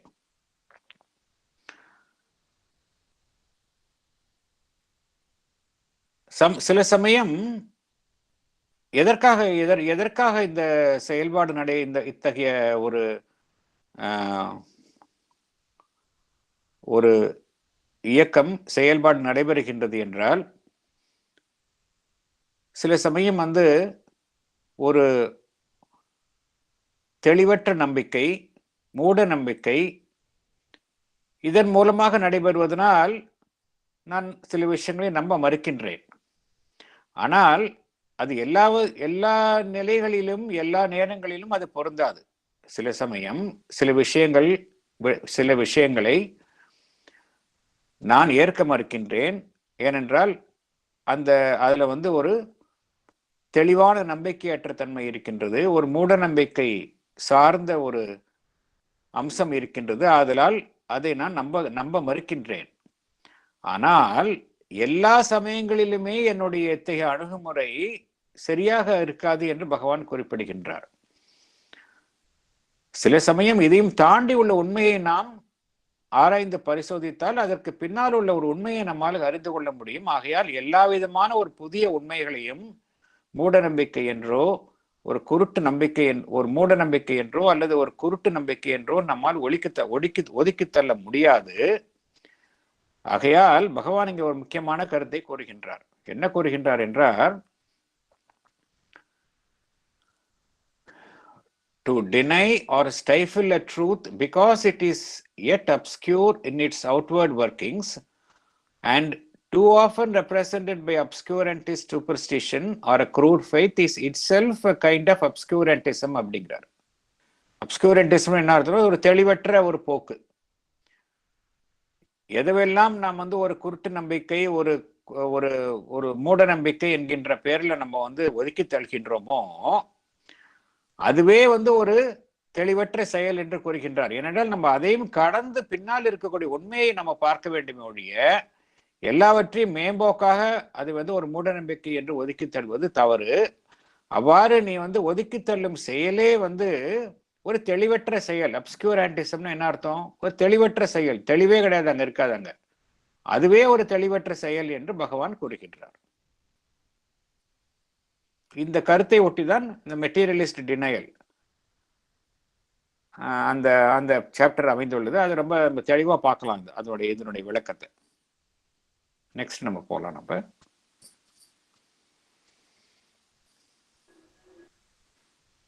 The will to escape from a cosmic necessity because it is arduous, difficult to justify by immediate tangible results, slow in regulating its operations, must turn out eventually to have been no acceptance of the truth of nature, but a revolt against the secret, mightier will of the Great Mother. It is better and more rational to accept what she will not allow us as a race to reject and lift it from the sphere of blind instinct, obscure intuition, and random aspiration into the light of reason and an instructed unconsciously self-guiding will. Thank you.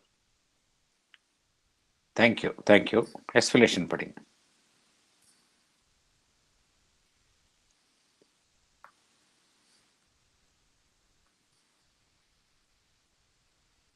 ஒருத்தர் படிக்கலன்னு நான் படிக்கிறேன் sir. படிங்க. பேரா sir, sorry நான் இப்பதான் join பண்ணேன். Sorry, எந்த para? படிங்க.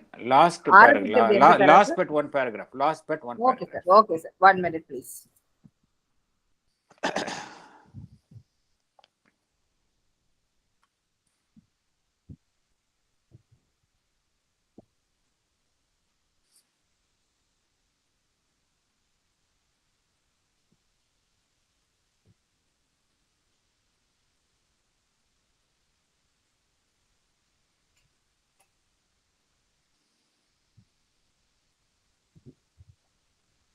Sri Aurobindo describes, அதானேங்க sir? Yes, madam. Sri Aurobindo describes the human nature with regard to acceptance of new truths. When something is a cosmic necessity, we turn away from it because it is difficult. We find it difficult to prove its immediate results. We have poor control over its operations. In the end, we deny a truth altogether. All these will not amount to denying the truth offered by nature.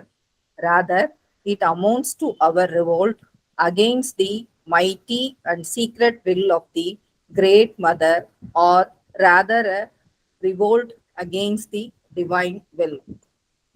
What should be our right attitude? We should be rational to accept what is offered by her, the divine, to the human race. The Great Mother impels the human race to lift itself from the sphere of blind instinct, obscure intuition, and random aspiration. She is trying to lead us towards the light of reason and a consciously self-guiding will. Thank you, sir. Thank you. மனிதனுடைய மனம், the human nature எப்படின்னா,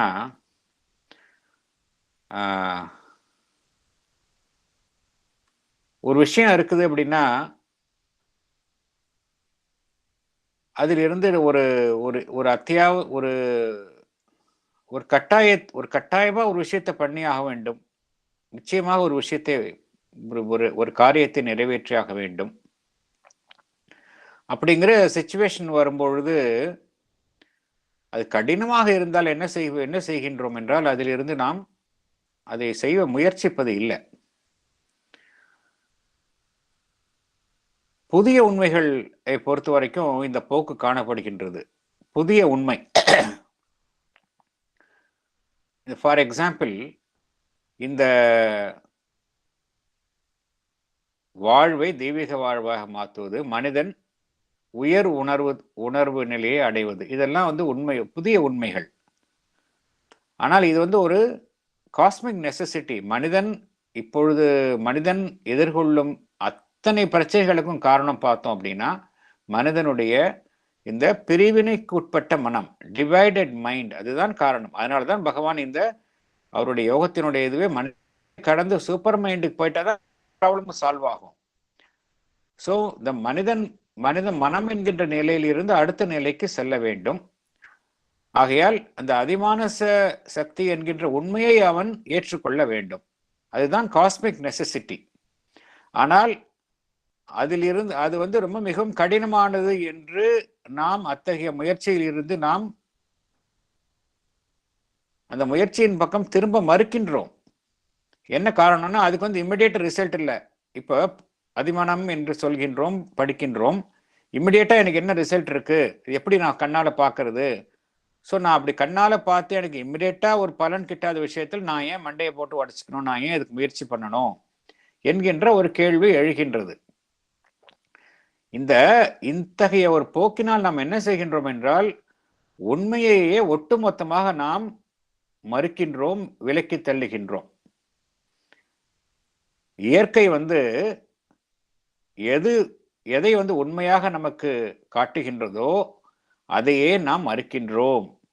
ஆனால் பகவான் என்ன கூறுகின்றால், இது வந்து இயற்கை தரும் உண்மையை மாத்திரம் நாம் மறுப்பதில்லை, அந்த இறை அன்னை டிவைன் மதர், இந்த டிவைன் மதர் வந்து இந்த இறை அன்னையினுடைய ஒரு சங்கல்பம் இருக்கின்றது, ஒரு மறைந்துள்ள ஒரு சீக்ரெட் வில். அந்த இறை அன்னையின் சங்கல்பம் என்னவென்றால் மனிதன் மனதை கடந்து அந்த உயர்நிலையை எட்ட வேண்டும் என்பதுதான் இந்த இறை அன்னையின் சங்கல்பம். அதற்கு எதிராகவே நாம் கிளர்ச்சி செய்கின்றோம். இந்த இறை சங்கல்பத்திற்கு எதிராகவே நாம் கிளர்ச்சி செய்கின்றோம். இத்தகைய அணுகுமுறையினால் நாம் இயற்கை நமக்கு வெளிச்சம் போட்டு காட்டும் உண்மையை மாத்திரம் மறுப்பது இல்லை, அந்த இறை அன்னையின் சங்கல்பத்திற்கு எதிராகவே நாம் கிளர்ச்சி செய்கின்றோம் என்று பகவான் குறிப்பிடுகின்றார். எது வந்து நம்மளுடைய சரியான மனோபாவமாக இருக்க வேண்டும் என்றால், எது வந்து அந்த இறை அன்னை, இந்த டிவைன், இந்த மனித குலத்திற்கு எதை அவர்கள் அளிக்கின்றார்களோ அதை நாம் ஏற்றுக்கொள்ள வேண்டும். அந்த கிரேட் மதர், இந்த இறை அன்னை என்ன சங்கல்பிக்கிறாள் என்றால், இந்த மனித குலம் ஒரு குருட்டுத்தனமான ஒரு விஷயத்தில் இருந்தும் ஒரு அப்ஸ்கியூர், இப்ப இருக்கிறது எல்லாமே பார்த்தோம் அப்படின்னா ஒரு பிளைண்ட் இன்ஸ்டிக்ட். மனித குலம் ஒரு பிளைண்ட் இன்ஸ்டிக்ட்ல தான் வேலை செய்கின்றது. இன்ட்யூஷன் என்பது ஒரு அப்ஸ்கியூராக இருக்கின்றது, அப்ஸ்கியூர் இன்ட்யூஷன், தெளிவாக இல்லை. ஆஸ்பிரேஷன் இருக்கின்றது, அது ரேண்டமா இருக்கின்றது, அது வந்து எப்பொழுதுமே சாஸ்வதமான ஒரு விஷயமாக இல்லை. இதில் இருந்து மனித குலம் தன்னை உயர்நிலையில் உயர்த்தி கொள்ள வேண்டும் என்றுதான் இந்த இறைவனுடைய சங்கல்பம் இருக்கின்றது. இதை நோக்கி இதற்கு நாம் ஒத்துழைக்க வேண்டும் என்று பகவான் குறிப்பிடுகின்றார். நம்ம வந்து எதை நோக்கி அந்த இறை அன்னை அழைத்து செல்கின்றார் என்றால், she is leading us towards a light of reason and a consciously self-guiding will.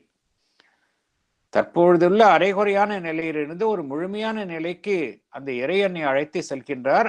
அதனுடன் நாம் ஒத்துழைக்க வேண்டும், அவள் காட்டும் உண்மைகளை நாம் ஏற்றுக்கொள்ள வேண்டும் என்று பகவான் குறிப்பிடுகின்றார். அடுத்தது போலாம் நம்ம. And if there is any higher... Yes, sir. Yes. Sir, பகவான் மதர் குறிப்பிடுகிறாரு, கொஞ்சம் இன்ட்ரீகிங், ஆல்சோ இன்ட்ரெஸ்டிங் இல்லையா?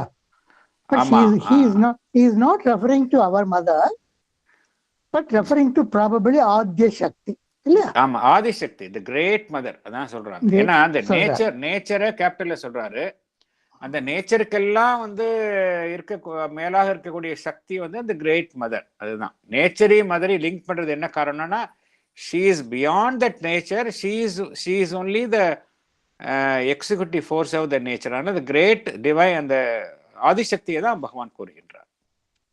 பிறகுதான் ரொம்ப பெரிய இந்த இப்போ சாப்டர் புக் 2ல படிக்கிறோம், அந்த பிரம்மன் புருஷா, அந்த சாப்டர்ல தான் the divine mother, ஈஸ்வர சக்தி, the divine self, the creator, the divine mother and creatrix அப்படின்னு சொல்றாரு இல்லையா? ஆமா, அதுல ஓவர்ட்டா சொல்றாரு, ரொம்ப வெளிப்படையா எக்ஸ்பிளிசிட்டா சொல்றாரு. ஓவர்ட்டா சொல்றாரு. அசோகன் சார் சொல்லுங்க. இப்போ divine mother, the great mother of nature, அவங்களுடைய அந்த வில்லுக்கு நம்ம ரெஸ்பாண்ட் பண்ணணும் அப்படிங்கிறதுக்கு பேரலா வந்து ஹியூமன் ஃபார்ம்ல வந்த நம்ம மதர், அவங்க வந்து இந்த நியூ இயர் மெசேஜ் ஒன்று கொடுத்தாங்களே 1970, the world is preparing for a big change, will you help அப்படின்னு. அதுக்கு இதோட அது இதுவா இருக்கு சார்? நிச்சயமா சார், நிச்சயமா நீங்க சொல்ற ரொம்ப ஆப்டான இது. மதர் அதான் சொல்றாங்க, அதாவது world is preparing for the new சேஞ்ச்னா அந்த நியூ கான்சியஸ்னஸ் வந்து it is begun its operations in the earth atmosphere. அதனுடைய புதிய உணர்வின் செயல்பாடு ஆரம்பித்து விட்டது. 1956 இறக்கம் கொண்டுள்ளது. 1969 அந்த புதிய உணர்வு வந்து செயல்பட ஆரம்பித்து விட்டது. அதுதான் பகவான் அன்னை கூறுகின்றார்கள், புதிய உலகம் பிறந்து விட்டது, நியூ வேர்ல்ட் இஸ் பார்ன். ஒரு சின்ன குழந்தை மாதிரி இன்ஃபன்ட் ஸ்டேஜில் இருக்கு. அத்துடன் நம்ம ஒத்துழைக்கணும் அப்படிங்கிறாங்க, அந்த புதிய உணர்வுடன் நம்ம ஒத்துழைக்கணும் அப்படிங்கிறாங்க. will you collaborate அப்படிங்கிறாங்க. அதுதான் காரணம். பகவான் இங்க சொல்லக்கூடிய கருத்தும் அதுவும் ஒத்து போகின்றது. எந்த வருஷம் மெசேஜ் அது மிஸ்டர் அசோகன்? 1970. ஆமாம் சார், 1970. ஓகே. ஏன்னா 1971 விஜயதசமி டே, அது 29th செப்டம்பர் வந்தது. அந்த நோட்ஸ் ஆன் த வேல சொல்றார். ஒரு 272 பக்கம் இன்னைக்கு சிவராமன் சார் அதை அப்லோட் பண்ணியிருக்கார். அதாவது mother experiences a great force pressed out the poison which was உள்ளடங்கிய ஒரு விஷத்தை வெளியேற்றியது. ஆகையால் எல்லா தடங்கல்களும் வெளியேறி நீங்கின, மறைந்தன. இனிமேல் ஏற்பட போவது முன்னேற்றம், தடங்கு இல்லாத முன்னேற்றமே என்று கூறுகிறார். அது 1971 செப்டம்பர். அதற்கு முன்னோடியாக மதர் அதில் கூறியிருக்கார் போலும்.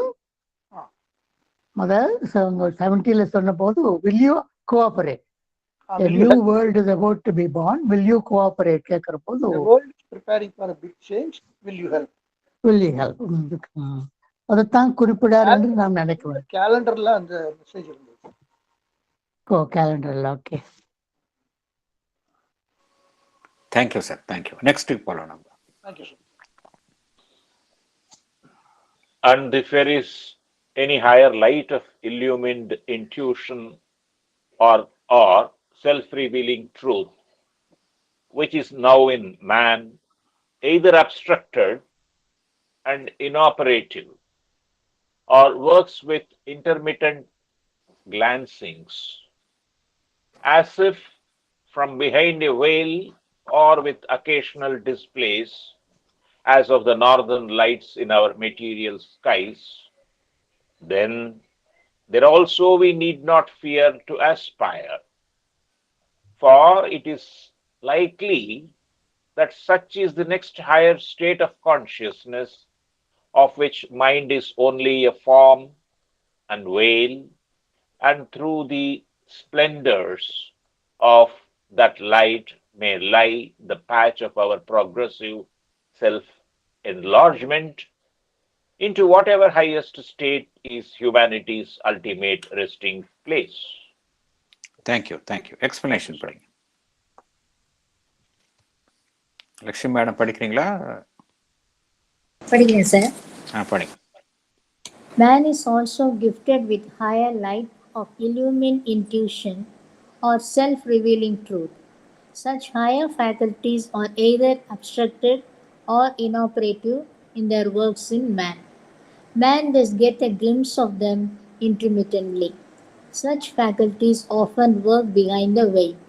Like occasional display of lights found in the skies of northern pole, they show up themselves in man occasionally. Yet we need not fear to aspire. There is a higher state of consciousness of which our mind is only a form and veil. There lies a path of progressive self-enlargement before mankind see through the splendors of that light.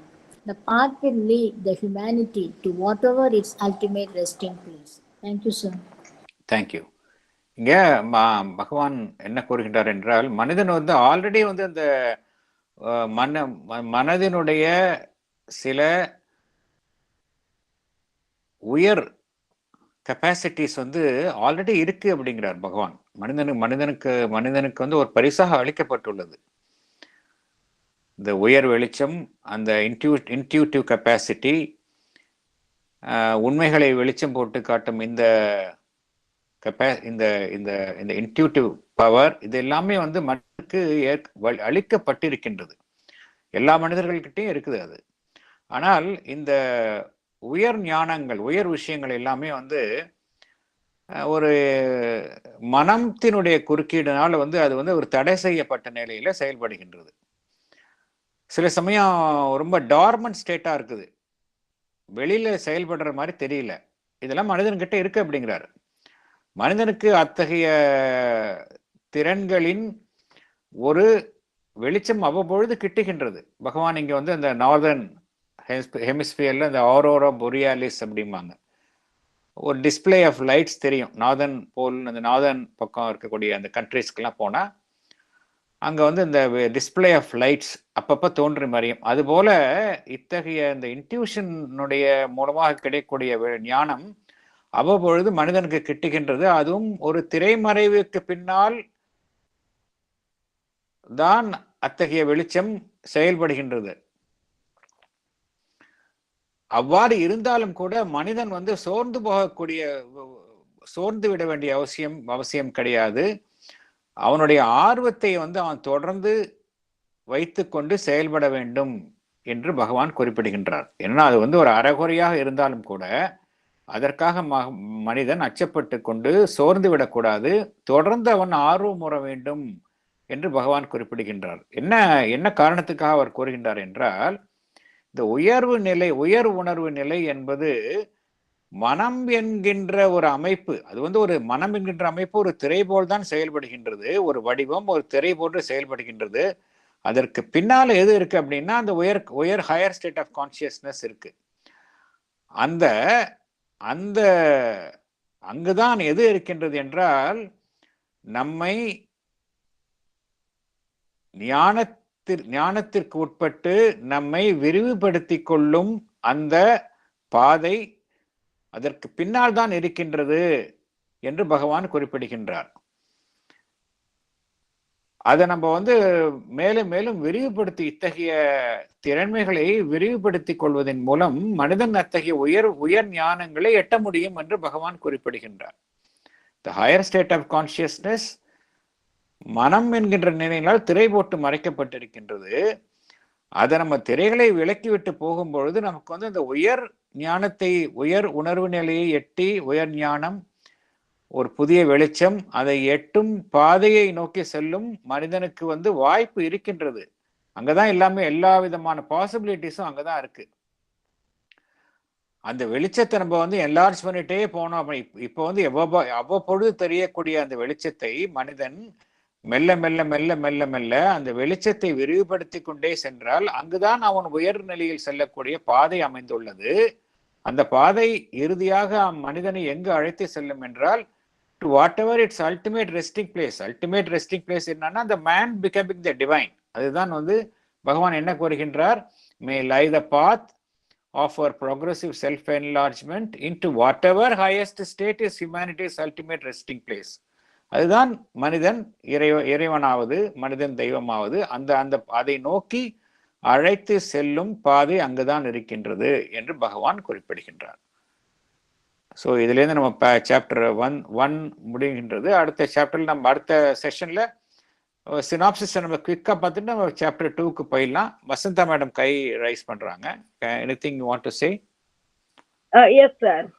ஒரு line நம்ம சாவித்திரியில வருது, even as of old man came behind the beast, this high divine successor surely shall come behind man's inefficient mortal pace and so on. Yes, இந்த கருத்து குறித்த இது நிறைய சாப்டர்ல சாவித்திரியில நிறைய இடங்கள்ல பல்வேறு வரிகள்ல பகவான் குறிப்பிட்டு நீங்க சொன்ன வரிகள் ரொம்ப ஒரு சரியான ஒரு page 344 the vision and the moonல இருக்கு சார். ரொம்ப சுருக்கமா சொன்னதுனாலதான் அது ரொம்ப அப்படியே மறக்க முடியாம இருக்காங்க. Okay okay okay okay thank you. We'll close the session today.